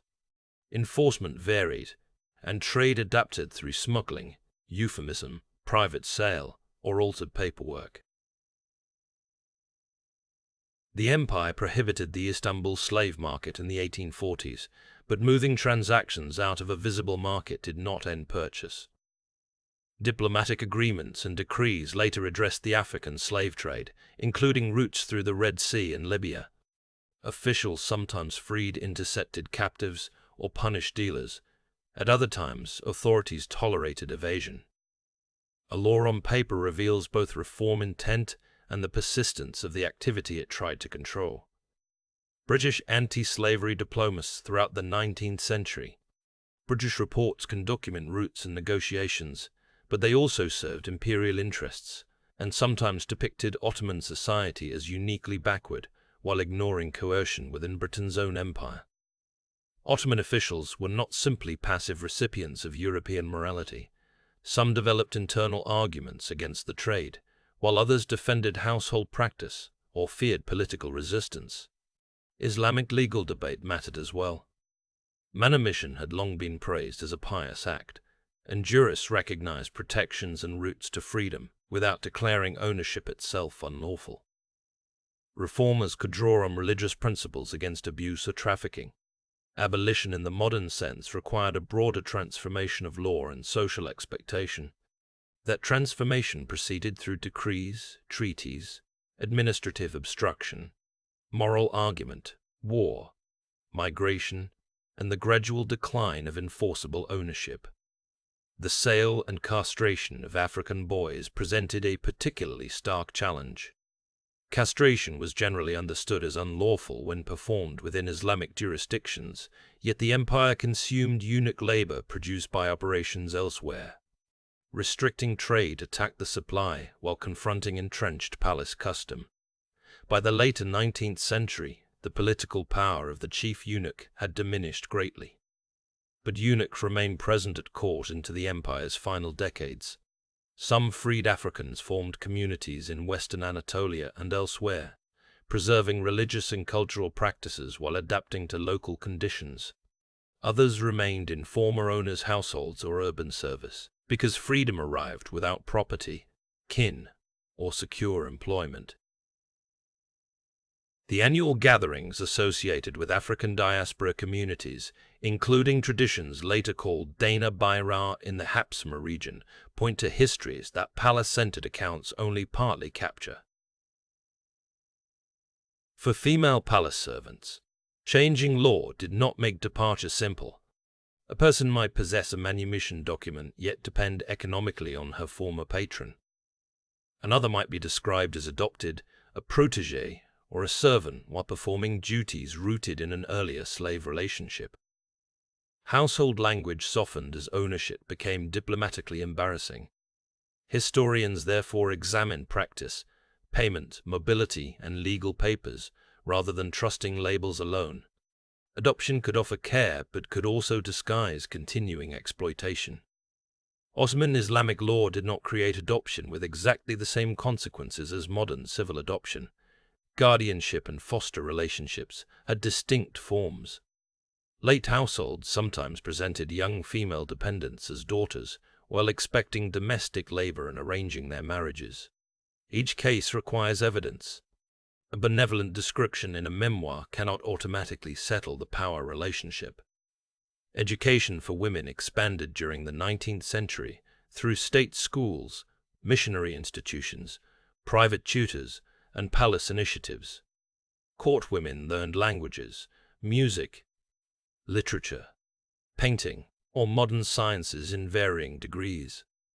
Teachers entered palace households, and some later wrote about their experiences. Increased literacy produced more testimony, but these voices came disproportionately from educated and well-connected people. The laundress remained less likely to publish than the music teacher. Safiye Unuva, a teacher who entered the palace environment in the early 20th century, left a memoir of instructing royal children and observing court life. Her account offers detail unavailable in earlier periods, yet it belongs to the final Ottoman years. Her position as educator shaped what she could see. Projecting her classroom arrangements backward to the 17th century would turn valuable testimony into false continuity. Layla Saz grew up around the palace world in the 19th century, and later wrote recollections rich in music, etiquette, celebrations, and women's lives. Memory gave her access to a vanished social order, but she composed after time had transformed both author and audience. Nostalgia, family position, and literary craft influence her scenes. She is most useful when read alongside contemporary records, rather than as an unedited recording of childhood. Philistin Harem, associated with the household of Sultan Murad V, also contributed a late voice from palace life. Murad's brief reign in 1876 and long confinement at Serdarav Khan created an unusual household marked by surveillance and dynastic uncertainty. Memoir can convey atmosphere and relationships that payrolls cannot. It can also defend reputations and organize the past around later knowledge. Personal testimony is evidence, not omniscience. The deposition of Abdulaziz in 1876, Murad V's short rule, and Abdulhamid II's accession placed palace households under intense pressure. Servants carried news through an environment crowded with rumor. Murad and his family then lived in confinement for decades. Abdulhamid governed primarily from Yildiz Palace, whose pavilions, gardens, workshops, guards, and communications formed a different court geography from Topkapı. Yildiz integrated telegraph lines, photography, carpentry workshops, theatre, gardens, and a dense security apparatus. The ruler's concern with surveillance-shaped access. Female and eunuch servants remained necessary within the dynastic household, while secretaries, officers, craftsmen, and intelligence networks surrounded it. Modern communications did not eliminate intermediaries. They multiplied the channels a cautious court tried to monitor. Abdulhamid's daughters and other royal women left or inspired memoirs that reveal education, clothing, marriage, and domestic routine. These accounts often correct foreign fantasy, but they may protect family dignity and understate coercion. Former servants likewise remembered patrons with affection or criticism, according to later circumstance. No single memory can represent everyone who shared a palace. Photography changed the politics of visibility. Royal portraits circulated controlled images of modern monarchy. Women's portraits were more restricted, though family albums preserve some. A photograph proves that a sitter, clothing, and setting were arranged before a camera. It does not show an ordinary day. The long exposure and deliberate composition make performance part of the document. Foreign women employed as governesses, musicians, or companions introduced another type of witness. They could observe lessons and social occasions unavailable to male diplomats. Their contracts, class assumptions, religious outlook, and dependence on employers shaped what they reported. Some exaggerated strangeness for publication after leaving. Others minimized conflict to honor personal ties. Cross-checking remains essential even when access appears intimate. The Young Turk Revolution of 1908 and Abdulhamid's deposition in 1909 disrupted the final imperial household. Palaces were searched, inventories made, and personnel reassigned. Constitutional politics reduced the old court centrality, but dynastic families and servants continued to live together. Former palace residents faced pensions, housing, and identity in a rapidly changing state. The Balkan Wars and First World War brought displacement, scarcity, death, and political transformation. Palace budgets and supplies operated within a society under extreme strain. Enslavement had lost much of its formal public legitimacy, yet relationships originating in slavery survived through household dependency. The Ottoman government's collapse and the abolition of the Sultanate in 1922 ended the imperial institution without instantly resolving every servant's livelihood. When the dynasty was expelled from the new Turkish Republic in 1924, family members dispersed with limited resources and took attendants or companions when possible. Others remained in Turkey. Exile memoirs often celebrate devotion, and such devotion could be genuine. It also emerged after a lifetime in which employment, identity, kinship, and dependence had been fused. The legal end of Ottoman slavery is therefore best understood as a process rather than a single abolition day. Restrictions accumulated, markets became less visible, diplomatic enforcement increased, ownership lost legitimacy, and the empire itself disappeared. Private dependency and social stigma persisted. Asking only for the date of abolition misses the women and men who lived through decades when official language and household reality did not match. Across this long chronology, a servant's experience depended first on whom she served. An attendant attached to the valide occupied a household with broad political and charitable responsibilities. A woman assigned to a young princess might later move to the princess's marital residence. Someone caring for an elderly retired consort confronted different routines and fewer opportunities for advancement. Palace status was relational. Proximity to a person mattered as much as a title printed beside one's name. Age also reordered the institution. Children required supervision and play. Adolescents entered intensive training or marriage planning. Adolescents entered intensive training or marriage planning. Adults managed suites and resources. Elderly women carried memories that no manual contained. The same resident could pass through several identities: novice, specialist, senior, freedwoman, wife, widow, property owner, without any transition being guaranteed. A snapshot at one age should not be mistaken for an entire life. Consider the treasury-related servants, often grouped under the language of Hacienda. Their responsibility extended beyond counting coins. They managed clothing, jewels, gifts, sealed chests, and objects required for personal service or ceremony. Access to valuables demanded trust and precise memory. Inventories, keys, witnesses, and rank controlled removal. A missing brooch was not merely a domestic inconvenience, it could threaten a career and provoke an inquiry. The chief treasurer or senior Hacienda could stand very near a ruler or royal woman.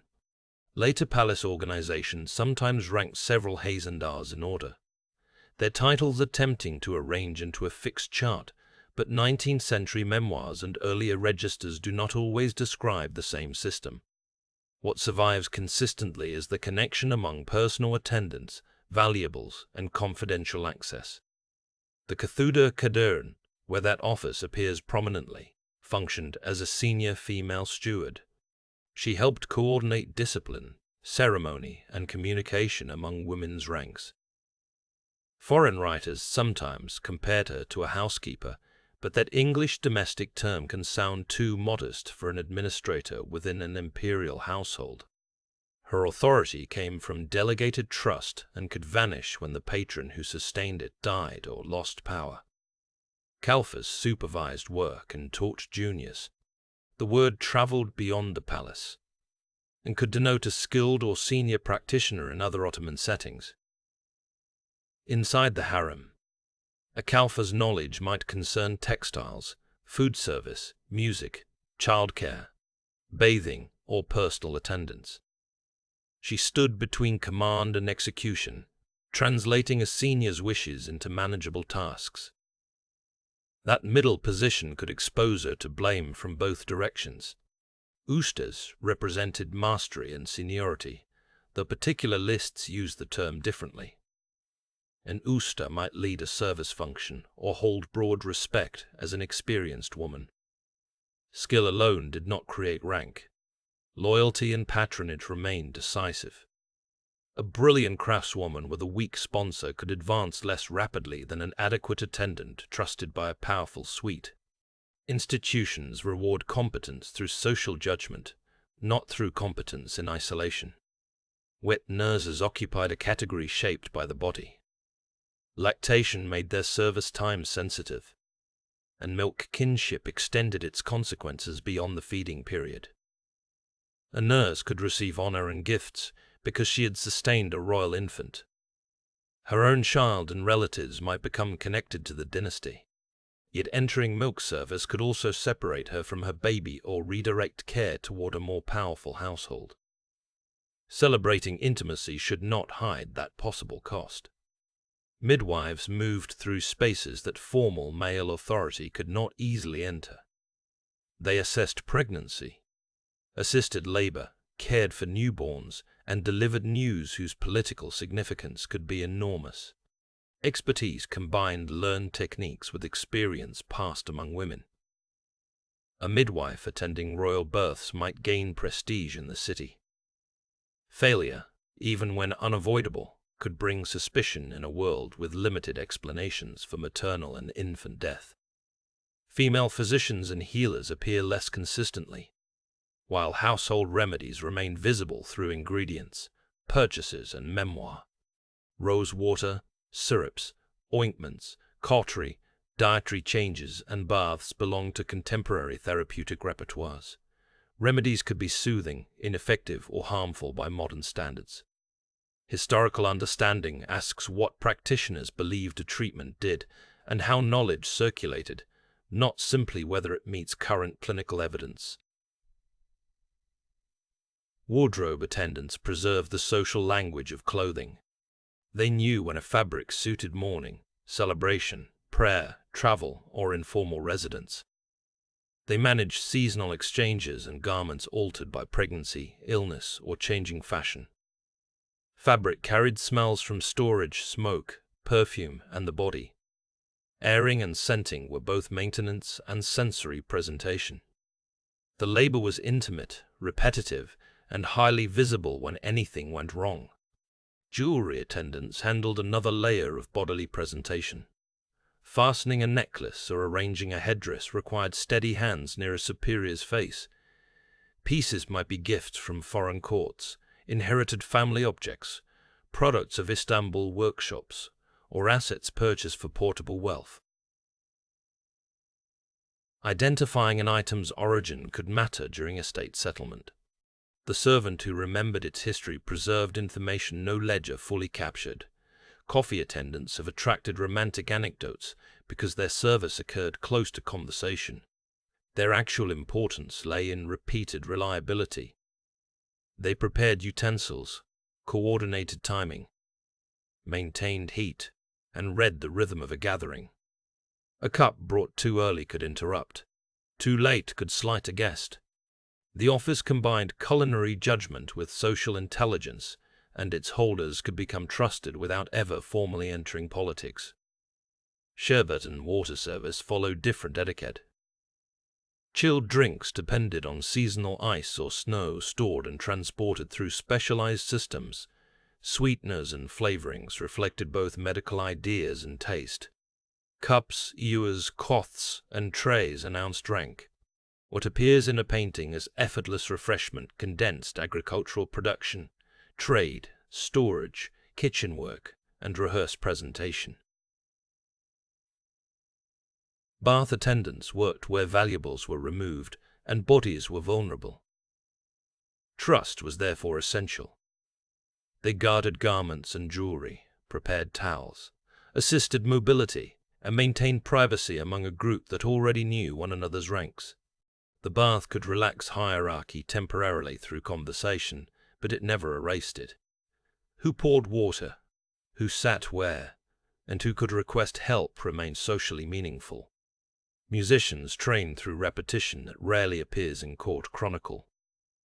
Learning an instrument required tuning, posture, memorization, ensemble coordination, and access to teachers.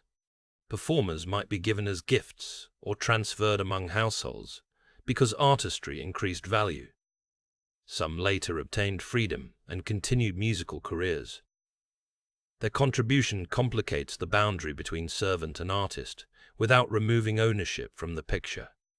Storytelling filled evenings and festivals in ways only partly documented.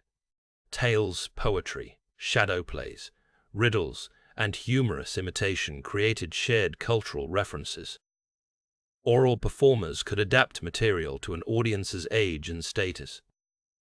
Because improvisation leaves few traces, the archive preserves the sponsored book more readily than the servant's voice that animated a room. Cultural influence can therefore be strongest where attribution is weakest. Religious instructors taught recitation, prayer, ethics, and the obligations of ritual life. Some were women from within the household. Others came through approved court networks. Correct pronunciation of Quranic Arabic carried prestige even for residents whose everyday language was Turkish or another tongue. Instruction could offer consolation and intellectual discipline, while also reinforcing obedience to palace hierarchy. Cradle attendants faced the unglamorous intensity of infant care. They washed linen, soothed crying, watched breathing, and noticed rashes or fever. Royal birth records celebrate survival, but attendants lived with knights when survival was uncertain. Their names generally appear only if rank, reward, or later relationship made them administratively visible. The emotional burden remains mostly beyond recovery. Companions to elderly royal women performed care that combined respect and physical work. They assisted walking, eating, bathing, prayer, and memory. A retired consort might possess wealth, but little current political influence. Her servants' prospects depended on arrangements made before death. Estate planning, manumission, and recommendations could become urgent as health declined. Messengers within the women's establishment needed discretion more than speed alone. They carried verbal requests, written notes, objects, and responses across boundaries where not everyone could pass. A message might be repeated from memory to avoid creating a document. Accuracy mattered, yet the messenger also had to understand tone. Delivering an insult too literally could inflame a dispute. Softening an order too much could look disobedient. Gate guards and eunuch attendants interpreted credentials. They recognized household members, expected suppliers, physicians, and official envoys. Major arrivals followed procedure, while minor exceptions accumulated through daily necessity. A guard who never exercised judgment would paralyze service. One who exercised too much could be accused of selling access. The job rested on bounded discretion. Eunuch scribes and secretaries connected oral command with written administration. Literacy let them manage correspondence, accounts, endowments, and petitions. Senior officers maintained seals and archives. Their documents could outlive the relationships that produced them, creating the evidence historians now use. The hand recording a slave purchase might itself belong to a man who had once been sold. Property ownership among eunuchs further unsettles simple categories. Senior men accumulated houses, shops, farms, books, and enslaved servants. They endowed assets or transmitted wealth through legal channels available to them. Castration generally prevented biological children, but kinship could be built through freed dependents. Clients, adopted social relations, and charitable foundations. Patronage created a form of posterity. The Cairo community of form of posterity. The Cairo community of former chief eunuchs demonstrates such continuity after exile. These men remained connected to Ottoman official and religious networks. Their presence near the citadel formed a recognizable social world, and some supported institutions in Egypt or the holy cities. Exile reduced immediate palace access without rendering them socially dead. Distance transformed power rather than simply ending it. Pilgrimage and service to Mecca and Medina gave senior eunuchs a religious profile that European harem stories usually omit. Grain shipments from endowed Egyptian villages had to reach communities across difficult routes. Revenue shortfalls, transport delays, and local disputes required negotiation.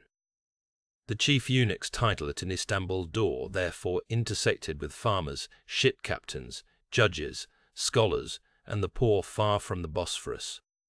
Some harem eunuchs performed pilgrimage and acquired the honorific el-Hajjs.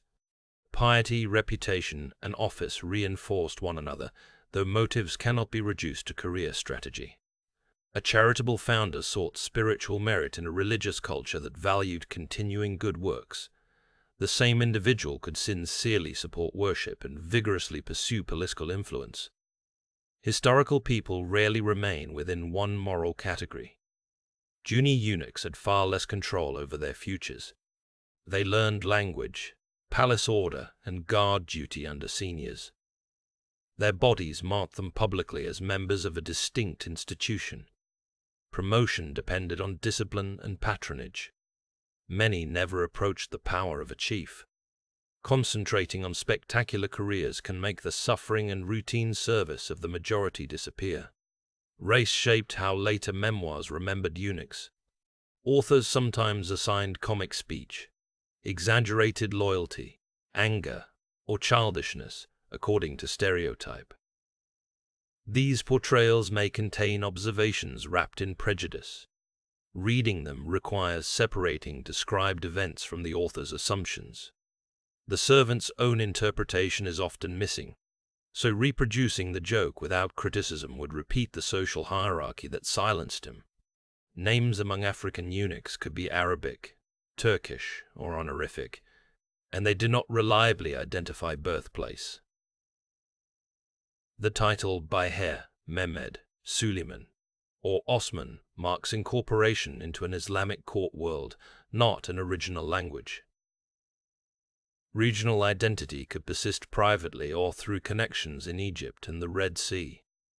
Regional indicize the palace self. Women's renamed identities present the same problem. A name meaning rose, moonlight, or good fortune tells us how the household categorized a novice, not what her parents had called her. Famous consorts sometimes acquired competing origin stories as later nations tried to claim them. Unless contemporary evidence resolves the issue, uncertainty is historically more honest than a confident village invented from tradition. Nationality itself can be anachronistic. A woman born in a region later associated with Greece, Ukraine, Georgia, Romania, or another modern state did not necessarily possess that national identity. Empires, churches, languages, villages, and kin groups structured belonging differently. Modern labels can help geographical orientation, but they should not silently assign 20th century politics to a 17th century child. The palace's own categories were not timeless either. Circassian, Georgian, Russian, or African might describe market origin, appearance, language, or a dealer's claim rather than precise ancestry. Sellers had incentives to use fashionable identities. Owners repeated labels that enhanced value. The historical record may preserve commerce's classification rather than a person's self-understanding. This uncertainty is not a failure that storytelling should repair. It reveals what enslavement did to biography. Capture, sale, renaming, conversion, and institutional record-keeping broke or replaced lines of identification. When the original family disappears from the archive, the silence belongs to the history. Giving a fictional childhood back to a named servant would comfort the listener at the cost of truth. Palace rooms carry similar layers of uncertain attribution. Tour guides may associate a chamber with a famous valide or favorite because visitors seek personal stories. Construction phases and changing use complicate those labels. A suite could be renovated, reassigned, or remembered by its most famous occupant. The safest architectural narration describes documented functions and dates while treating picturesque associations as traditions, unless corroborated. Topkapı's harem contained courtyards associated with eunuchs, the valide, consorts, and princes, as well as baths, passages, terraces, and service spaces. Tiles, inscriptions, fireplaces, fountains, and windows demonstrate investment in comfort and representation. Crowding changed as population increased. Grand decoration in selected rooms coexisted with narrow corridors and practical quarters. The palace was neither dungeon nor pleasure pavilion alone. Sound would have traveled unevenly through this architecture. Fountains softened conversation, wooden doors closed, footsteps crossed stone, and calls to prayer entered from the city. Music, children, birds, kitchen movement, and construction disturbed any fantasy of permanent silence. Servants learned which sounds signaled routine and which required immediate attention. Acoustics participated in security because hearing could precede sight. Smell also structured memory. Charcoal smoke, lamp oil, coffee, soap, damp stone, flowers, cooking, perfume, medicine, leather, and the Bosphorus. Historians cannot recreate one universal scentscape because season, room, and century differed. Material records nevertheless remind us that palace life reached the body beyond visual slang. Fire remained a constant threat in buildings containing timber, textiles, braziers, lamps, and crowded storage. Palace staff maintained watch, water, and emergency procedures. Major Istanbul fires could consume entire districts and disrupt provisioning even when royal buildings survived. A servant responsible for flame carried more than a household core. Negligence could endanger a dynasty. Earthquakes added another risk. Istanbul experienced damaging shocks that cracked masonry, displaced tiles, and frightened residents. Repairs changed the built environment, historians later interpret. During an earthquake, rank did not remove bodily fear, but it affected whose safety attendants prioritized and whose quarters were rebuilt first. Disaster exposed inequality while forcing collective action. Political violence could be equally sudden. The death or deposition of a sultan transformed Garda departments into contested territory. Doors intended to regulate ordinary access might become strategic obstacles. Servants decided whether to obey an old patron, accept a new order, protect a child, or save themselves. Later chronicles judged these choices through factional victory, while the participant acted without knowing the ending. Loyalty was therefore both moral language and survival strategy. Palace education praised devotion to the dynasty and patron. Long service could produce deep attachment. Yet a servant abandoned by one household might need a new sponsor immediately. Changing allegiance was not always cynical. It could be the only way to secure food, housing, or protection for dependents. Punishment for alleged betrayal might extend through a network.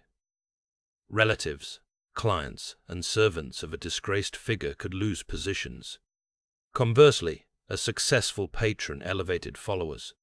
This collective logic made household affiliation powerful. It also meant that an ordinary attendant's future could depend on a political decision she neither shaped nor understood. For women leaving service, a marriage arranged before a patron's fall could become a lifeline.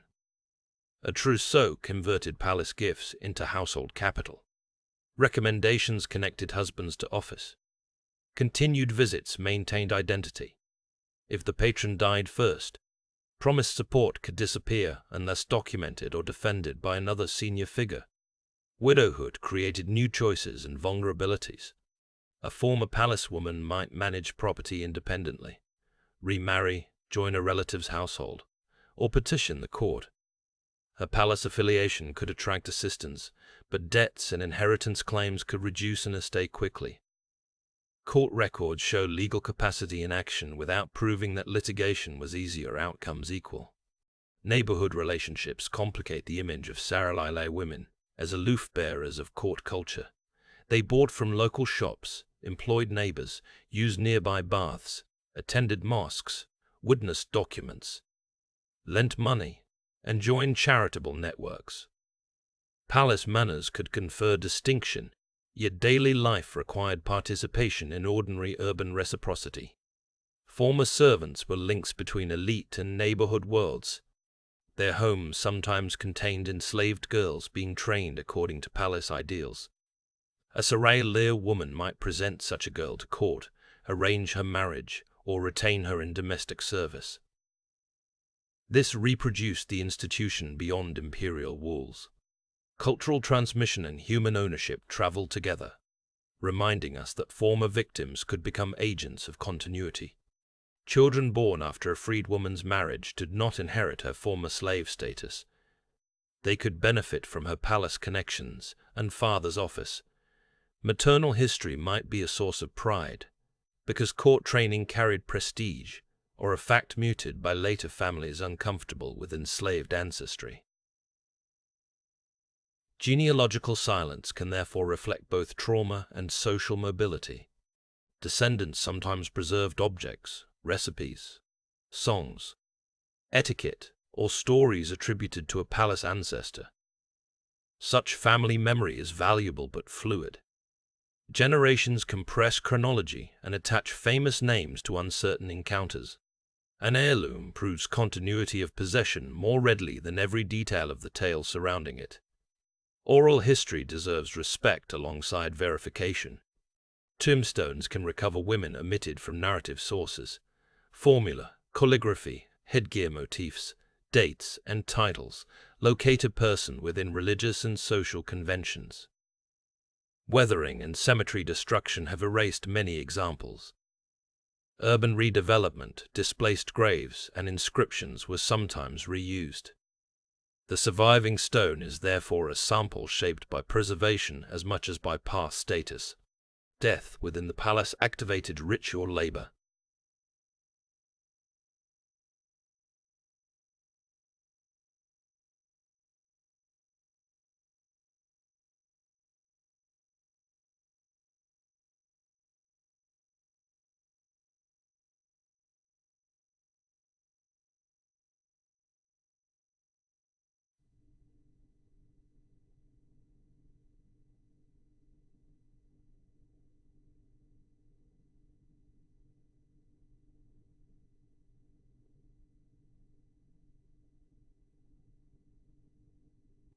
If she held no property and no office, her burial could pass without a named chronicle entry. This imbalance tempts history to dwell on valides and chiefs. A labor-centered account repeatedly returns to the missing majority, not by inventing biographies but by asking which necessary tasks famous lives depended upon. Modern fascination with the harem did not begin after the Ottoman Empire ended. European print culture had built an imagined interior for centuries. Travel books copied one another, stage works turned palace politics into melodrama, and painters supplied visual certainty where eyewitness access was weakest. The closed door became a commercial asset.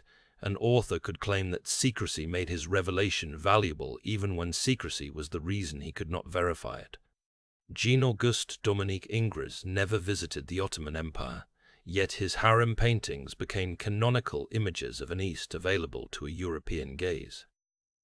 Jean-Léon Gérôme traveled more widely and rendered surfaces with archaeological precision, but careful tiles do not transform a staged fantasy into documentary evidence. Such paintings tell us much about European collecting, sexuality, race, and empire. They tell us much less about what a palace laundress did on a winter morning.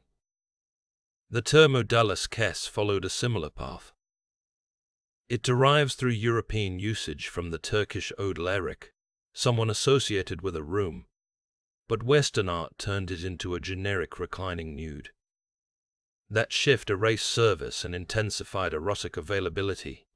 When museum labels repeat odalisques without explanation, they can preserve the artist's fantasy as though it were an Ottoman job description. 19th century colonial power amplified the imbalance.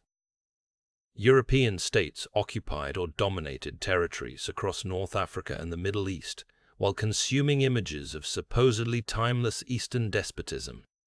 The harem could symbolize both excessive sexuality and female imprisonment, allowing viewers to define Europe as modern and free by contrast. Ottoman women's own legal, economic, and political histories disappeared beneath that self-congratulating comparison. Ottoman reformers and later Turkish nationalists responded in different ways. Some emphasized court decadence to explain imperial decline.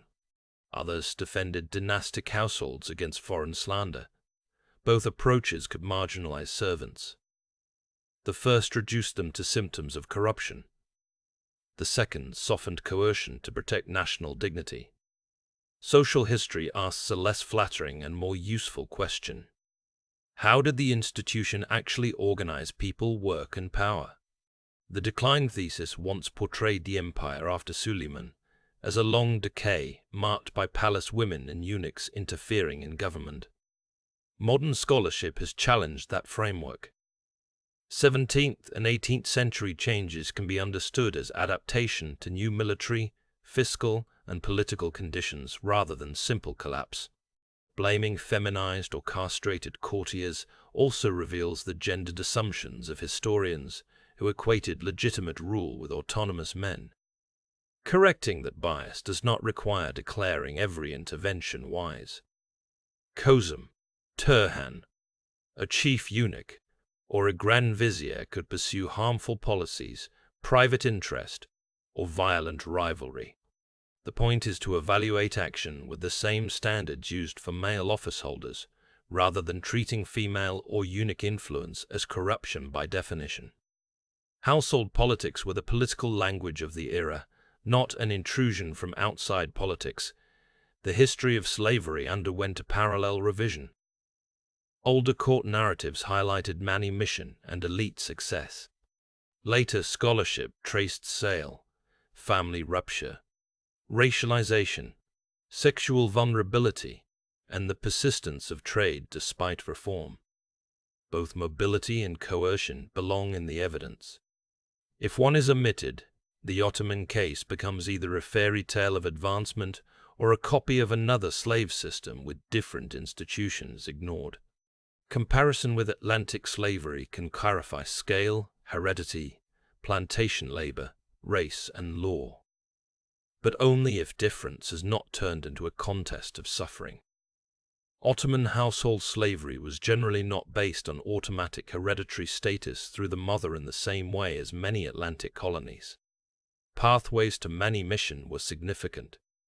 Yet sale, ownership, forced movement, and exploitation remained fundamental. Historical specificity increases moral clarity rather than weakening it. Gender shaped those pathways. Enslaved men could enter military, administrative, agricultural, craft, or domestic labor. Women were concentrated in domestic and sexual service, though they also practiced arts and skilled work. Eunuchs occupied a gendered institutional category produced by bodily violence. The palace placed these groups near sovereignty, while distributing risk and opportunity unevenly among them. Class divided free women as well as enslaved ones. A valid sultan possessed resources incomparable to those of a poor free woman in Istanbul, while a senior enslaved palace woman might live more comfortably than many free laborers. Legal freedom, material security, political authority, and bodily autonomy did not line up in one simple ranking. Keeping those dimensions separate prevents wealth from being mistaken for liberty. Religion likewise crossed status without eliminating it. Muslim law and Ottoman custom structured slavery, marriage, inheritance, manumission, and pious endowment. Enslaved converts shared worship with free Muslims while remaining property. Piety could motivate kindness or release, yet religious belonging did not guarantee equality. The same legal culture could praise manumission and regulate continued ownership. Household language often made hierarchy feel personal. Patrons described dependents as children. Servants referred to loyalty and gratitude. Freed women maintained ties to the palace until death. Modern listeners may hear either family or coercion, and want to choose one. Historical relationships could contain both attachment and domination. Naming the second does not invalidate the first, and recognizing the first does not excuse the second. Agency should be used just as carefully. A servant exercised agency when she formed alliances, learned a skill, petitioned, saved money, protected a friend, or navigated marriage. Agency does not mean she was free, victorious, or responsible for the system. People act within constraints even when every available choice carries cost. Celebrating resilience should not transfer blame from institutions to those surviving them. Silence can itself be a strategy. A woman might avoid disclosing origin because palace identity offered protection. A eunuch might conceal pain behind office etiquette. A memoirist might omit conflict to safeguard descendants. Archives also impose silence through what officials considered recordable. Historians cannot always distinguish chosen discretion from enforced disappearance, but the question prevents easy conclusions. Translation introduces another layer. Kari, kalfa, usta. Valide Sultan. Enkerazla, Arikasur. Carry associations not captured by one English equivalent. Calling every Carrier a concubine sexualizes service. Calling her merely a maid hides ownership. Chief Black Eunuch reproduces a historical racial label but needs explanation.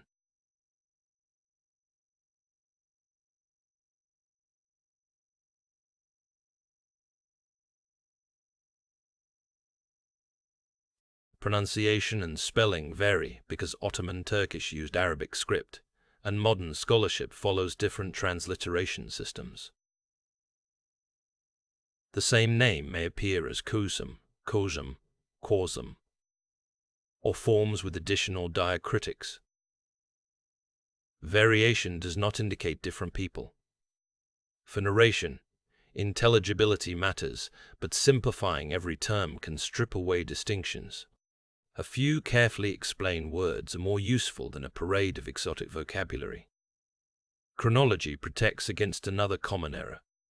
A rank described by an 18th century writer should not automatically appear in a 15th century scene. Dolmabasa furniture should not furnish harem's rooms. A late memoir school lesson cannot establish how an early novice learned. The imperial harem lasted long enough to change repeatedly. Continuity must be demonstrated rather than assumed. Numbers need dates for the same reason. A register listing several hundred women describes a reign and accounting system, not an eternal population. Foreign estimates may combine palace sites or dependents. Even an archival count can omit people outside a pay category. Giving a range with source limits is more honest than announcing that the harem always held one dramatic total. The word servant also covers unequal statuses. Some workers were legally enslaved, some manumitted but retained, some free employees, some artisans under contract, and some dynastic dependents with offices difficult to classify in modern employment terms. Over 6 centuries, the mix changed. A narration centered on servants must identify slavery where evidence supports it, without assuming every person who carried a tray shared the same legal condition. Men outside the eunuch corps contributed to harem operation from beyond its inner boundaries. Cooks, gardeners, boatmen, stable workers, craftsmen, physicians, clerks, guards, and endowment officials supplied services. Their exclusion from private rooms did not make them unrelated to the household. Gender segregation distributed tasks across linked zones rather than creating two independent worlds. Women outside the palace also sustained it. Market sellers, textile producers, laundresses, midwives, teachers, relatives, and former palace women circulated goods and knowledge. A royal foundation employed and served urban communities. Palace fashion influenced elite households, which in turn trained women who might later enter court service. The harem's boundary was socially productive because it organized exchange. Rural labor stood farther from view but supported palace consumption. Farmers cultivated grain, fruit, cotton, flax, and dye plants. Shepherds supplied wool and meat. Villagers assigned to endowments produced revenue. Taxation and market contracts moved these resources toward Istanbul and the holy cities. Luxury at court rested on landscapes and workers who never saw the palace walls. Imperial war also entered domestic space through captivity, widowhood, taxation, shortage, and celebration. A victory might bring gifts and captives. A defeat could disrupt roots and threaten a dynasty. Campaign correspondence connected royal women to absent rulers. Servants prepared for public rejoicing while perhaps sharing origins with populations harmed by expansion. Court splendor and imperial violence were not separate stories. Diplomacy moved through the household in quieter ways. Foreign queens exchanged letters and gifts with Ottoman royal women. Ambassadors sought favor through textiles, clocks, animals, cosmetics, or crafted objects. Servants unpacked and evaluated these offerings. A gift could open conversation without guaranteeing policy. The harem participated in international relations through material culture and correspondence, as well as reputed intrigue. Commercial exchange shaped taste beyond formal diplomacy. Venetian cloth, Chinese porcelain, Indian textiles, Arabian coffee, European clocks, and Ottoman craftsmanship met in court collections. Labels like Eastern and Western obscure this circulation. Residents selected objects according to status and fashion, while artisans copied and transformed designs. The palace was a consumer in a connected early modern economy. Servants were cultural transfers within that gunmai. A freed musician carried repertoire to a new household. A wardrobe specialist taught methods of dress. A cook or coffee attendant reproduced palace presentation. A wet nurse's family adopted court connections. These movements spread habits without a ministry directing them. Social influence often traveled through people whose formal political authority was minimal. The same transmission could preserve hierarchy. Palace etiquette gave Sirele women prestige, distinguishing them from neighbors. Elite households copied ranks and used enslaved labor to imitate court life. Refinement became evidence of belonging to a ruling culture. Admiring the artistry of that culture requires acknowledging the unequal labor through which it was reproduced. Modern television drama intensifies individual plots because viewers need recognizable characters and conflict. Famous valides, favorites, eunuchs, and rivals become heroes or villains. Costumes and sets create a persuasive past even when dialogue is invented. Such programs can inspire historical curiosity, but narrative necessity compresses time and gives private certainty where sources offer ambiguity. Tourism creates a different compression. A visitor has limited hours, so rooms receive memorable names and short stories. Guides point to a grill and explain that someone watched a council.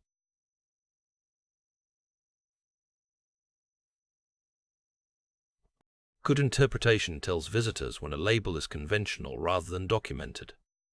Museum display faces the challenge of objects without ordinary workers. A jeweled mirror, embroidered towel, coffee set, or manuscript attracts attention. The person who polished, washed, carried, or repaired it may be unknown. Labels can restore labor by asking how an object functioned, who handled it, and what skills maintained it. Splendor becomes historically richer when maintenance enters the frame. Descendant communities and modern families approach the subject with varied emotions.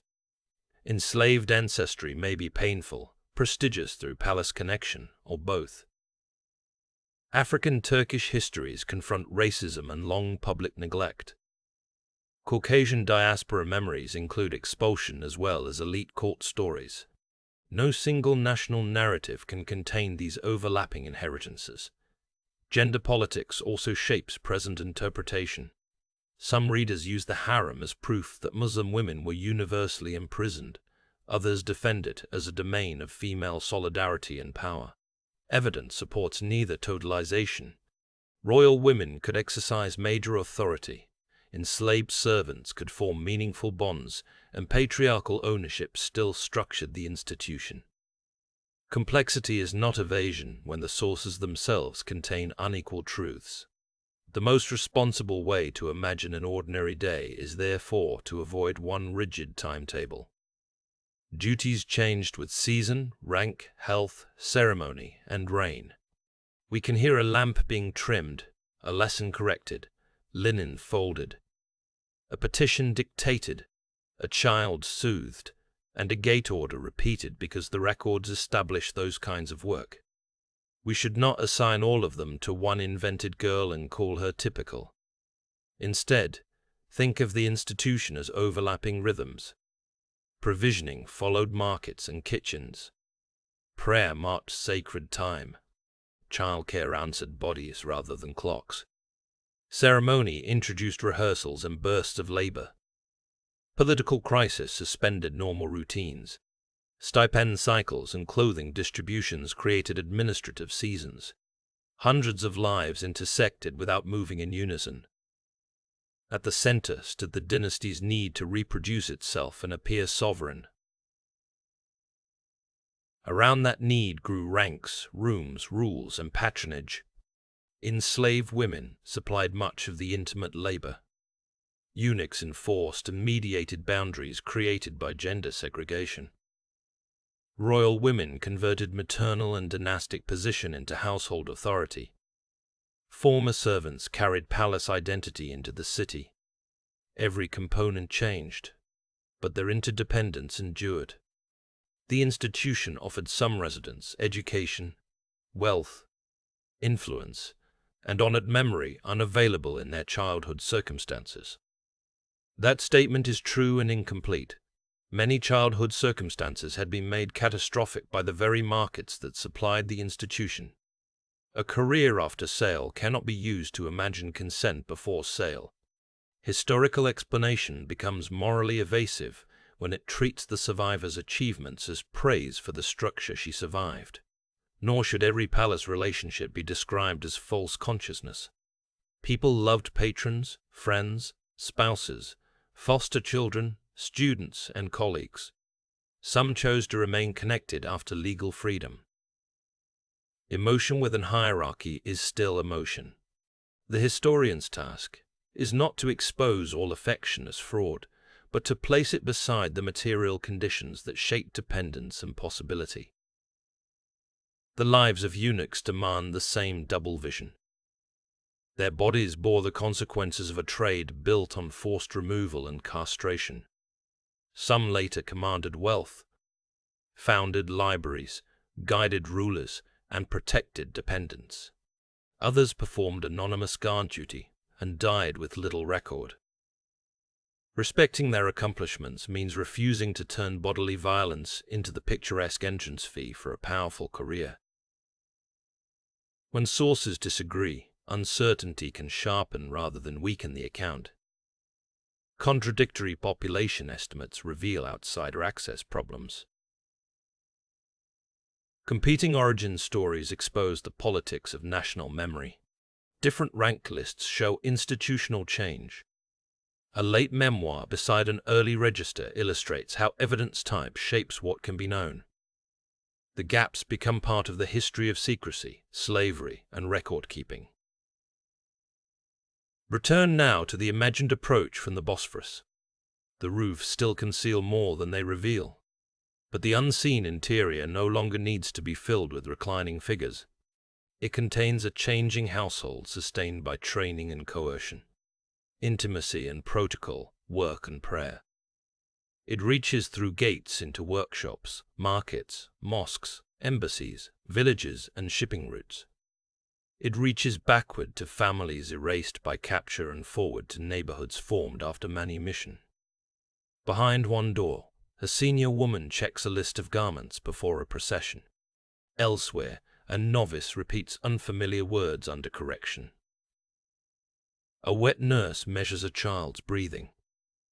An African eunuch waits with a sealed message whose contents he may not control. A former palace slave in another district prepares an endowment deed. None represents the entire institution. Together, they restore movement to a history flattened by fantasy. The protected household was not private in the modern sense, because its marriages, births, deaths, patronage, and conflicts affected government. It was not public in the ordinary sense either, because access remained ranked and restricted. Its power came partly from that position between visibility and concealment. Servants made the boundary function, carrying necessities and information across it, while being asked to disappear from the official image. To notice them changes the scale of Ottoman history. Sovereignty no longer consists only of decrees and battles. It includes clean linen at a birth, an accurately delivered letter, a guarded threshold, a repaired water channel, a pension petition, and a marriage that extends a household network. These acts did not determine every imperial outcome, but without them, the dynasty could not inhabit the authority it claimed. Their history also changes the meaning of freedom. Manumission could transform legal status and open property, marriage, and public charity. Continuing patronage could protect and constrain. Emotional belonging could outlast ownership. The path from enslaved novice to saralai woman was neither a simple escape nor permanent captivity under another name. It was a new social position shaped by the old relationship. There is no honest final balance sheet that converts education, gifts, or influence into compensation for capture. There is equally no value in denying the skills, relationships, and institutions that servants created because coercion framed their lives. The fullest account preserves achievement without using it as an alibi. It preserves suffering without reducing a person to suffering alone. The imperial harem ended with the dynasty, but its afterlives remain in buildings, family stories, musical traditions, charitable foundations, archives, paintings, television, and ordinary language. Some inheritances clarify.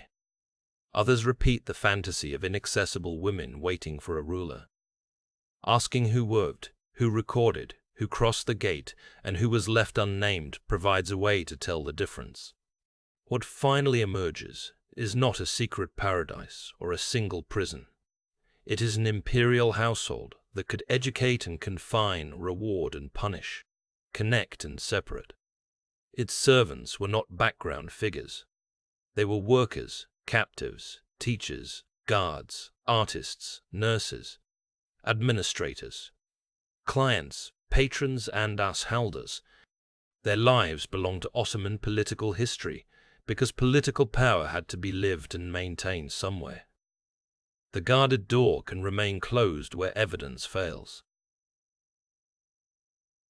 We do not need to force it with invented romance or whispered conspiracy. The surviving accounts, registers, rooms, deeds, memoirs, and stones already show enough. A world of unequal dependence kept in motion by people whose labor made dynastic privacy possible. Listening for that labor gives the harem back its history and gives many of its servants something closer to their proper human scale. One final caution belongs beside that conclusion. The archival abundance of the 18th and 19th centuries can make later practice seem more representative than it was. Earlier generations left fewer personnel lists and almost no servant memoirs, so their lives require broader ranges of probability. When a late title appears in an early retelling, or a Dolmabase custom is placed at Topkapı under Sultan, the story may sound smooth precisely because change has been erased. Preserving rough edges is part of preserving time. The records also favor successful affiliation. A woman who married through palace patronage, acquired a house, founded a fountain, and left a detailed estate becomes traceable at several points. A sick novice who died before promotion may leave no comparable trail. This selection effect means that surviving biographies lean toward continuity and advancement.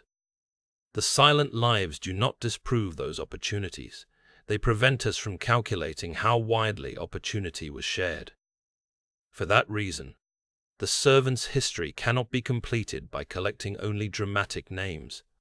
Its strongest evidence often lies in recurring administrative needs rather than famous personalities, hundreds of stipends, repeated textile purchases, assigned attendants, repairs to service passages, and legal ties that continued after release.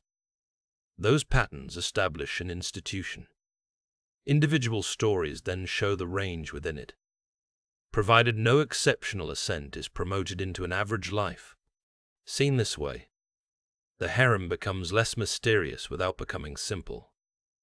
Guarded residence, dynastic reproduction, slavery, female household authority, eunuch office, education, artistic training, urban patronage. and international exchange overlapped for centuries. No single label can carry all of that weight. The people who maintain the overlap deserve a history careful enough to keep its contradictions intact.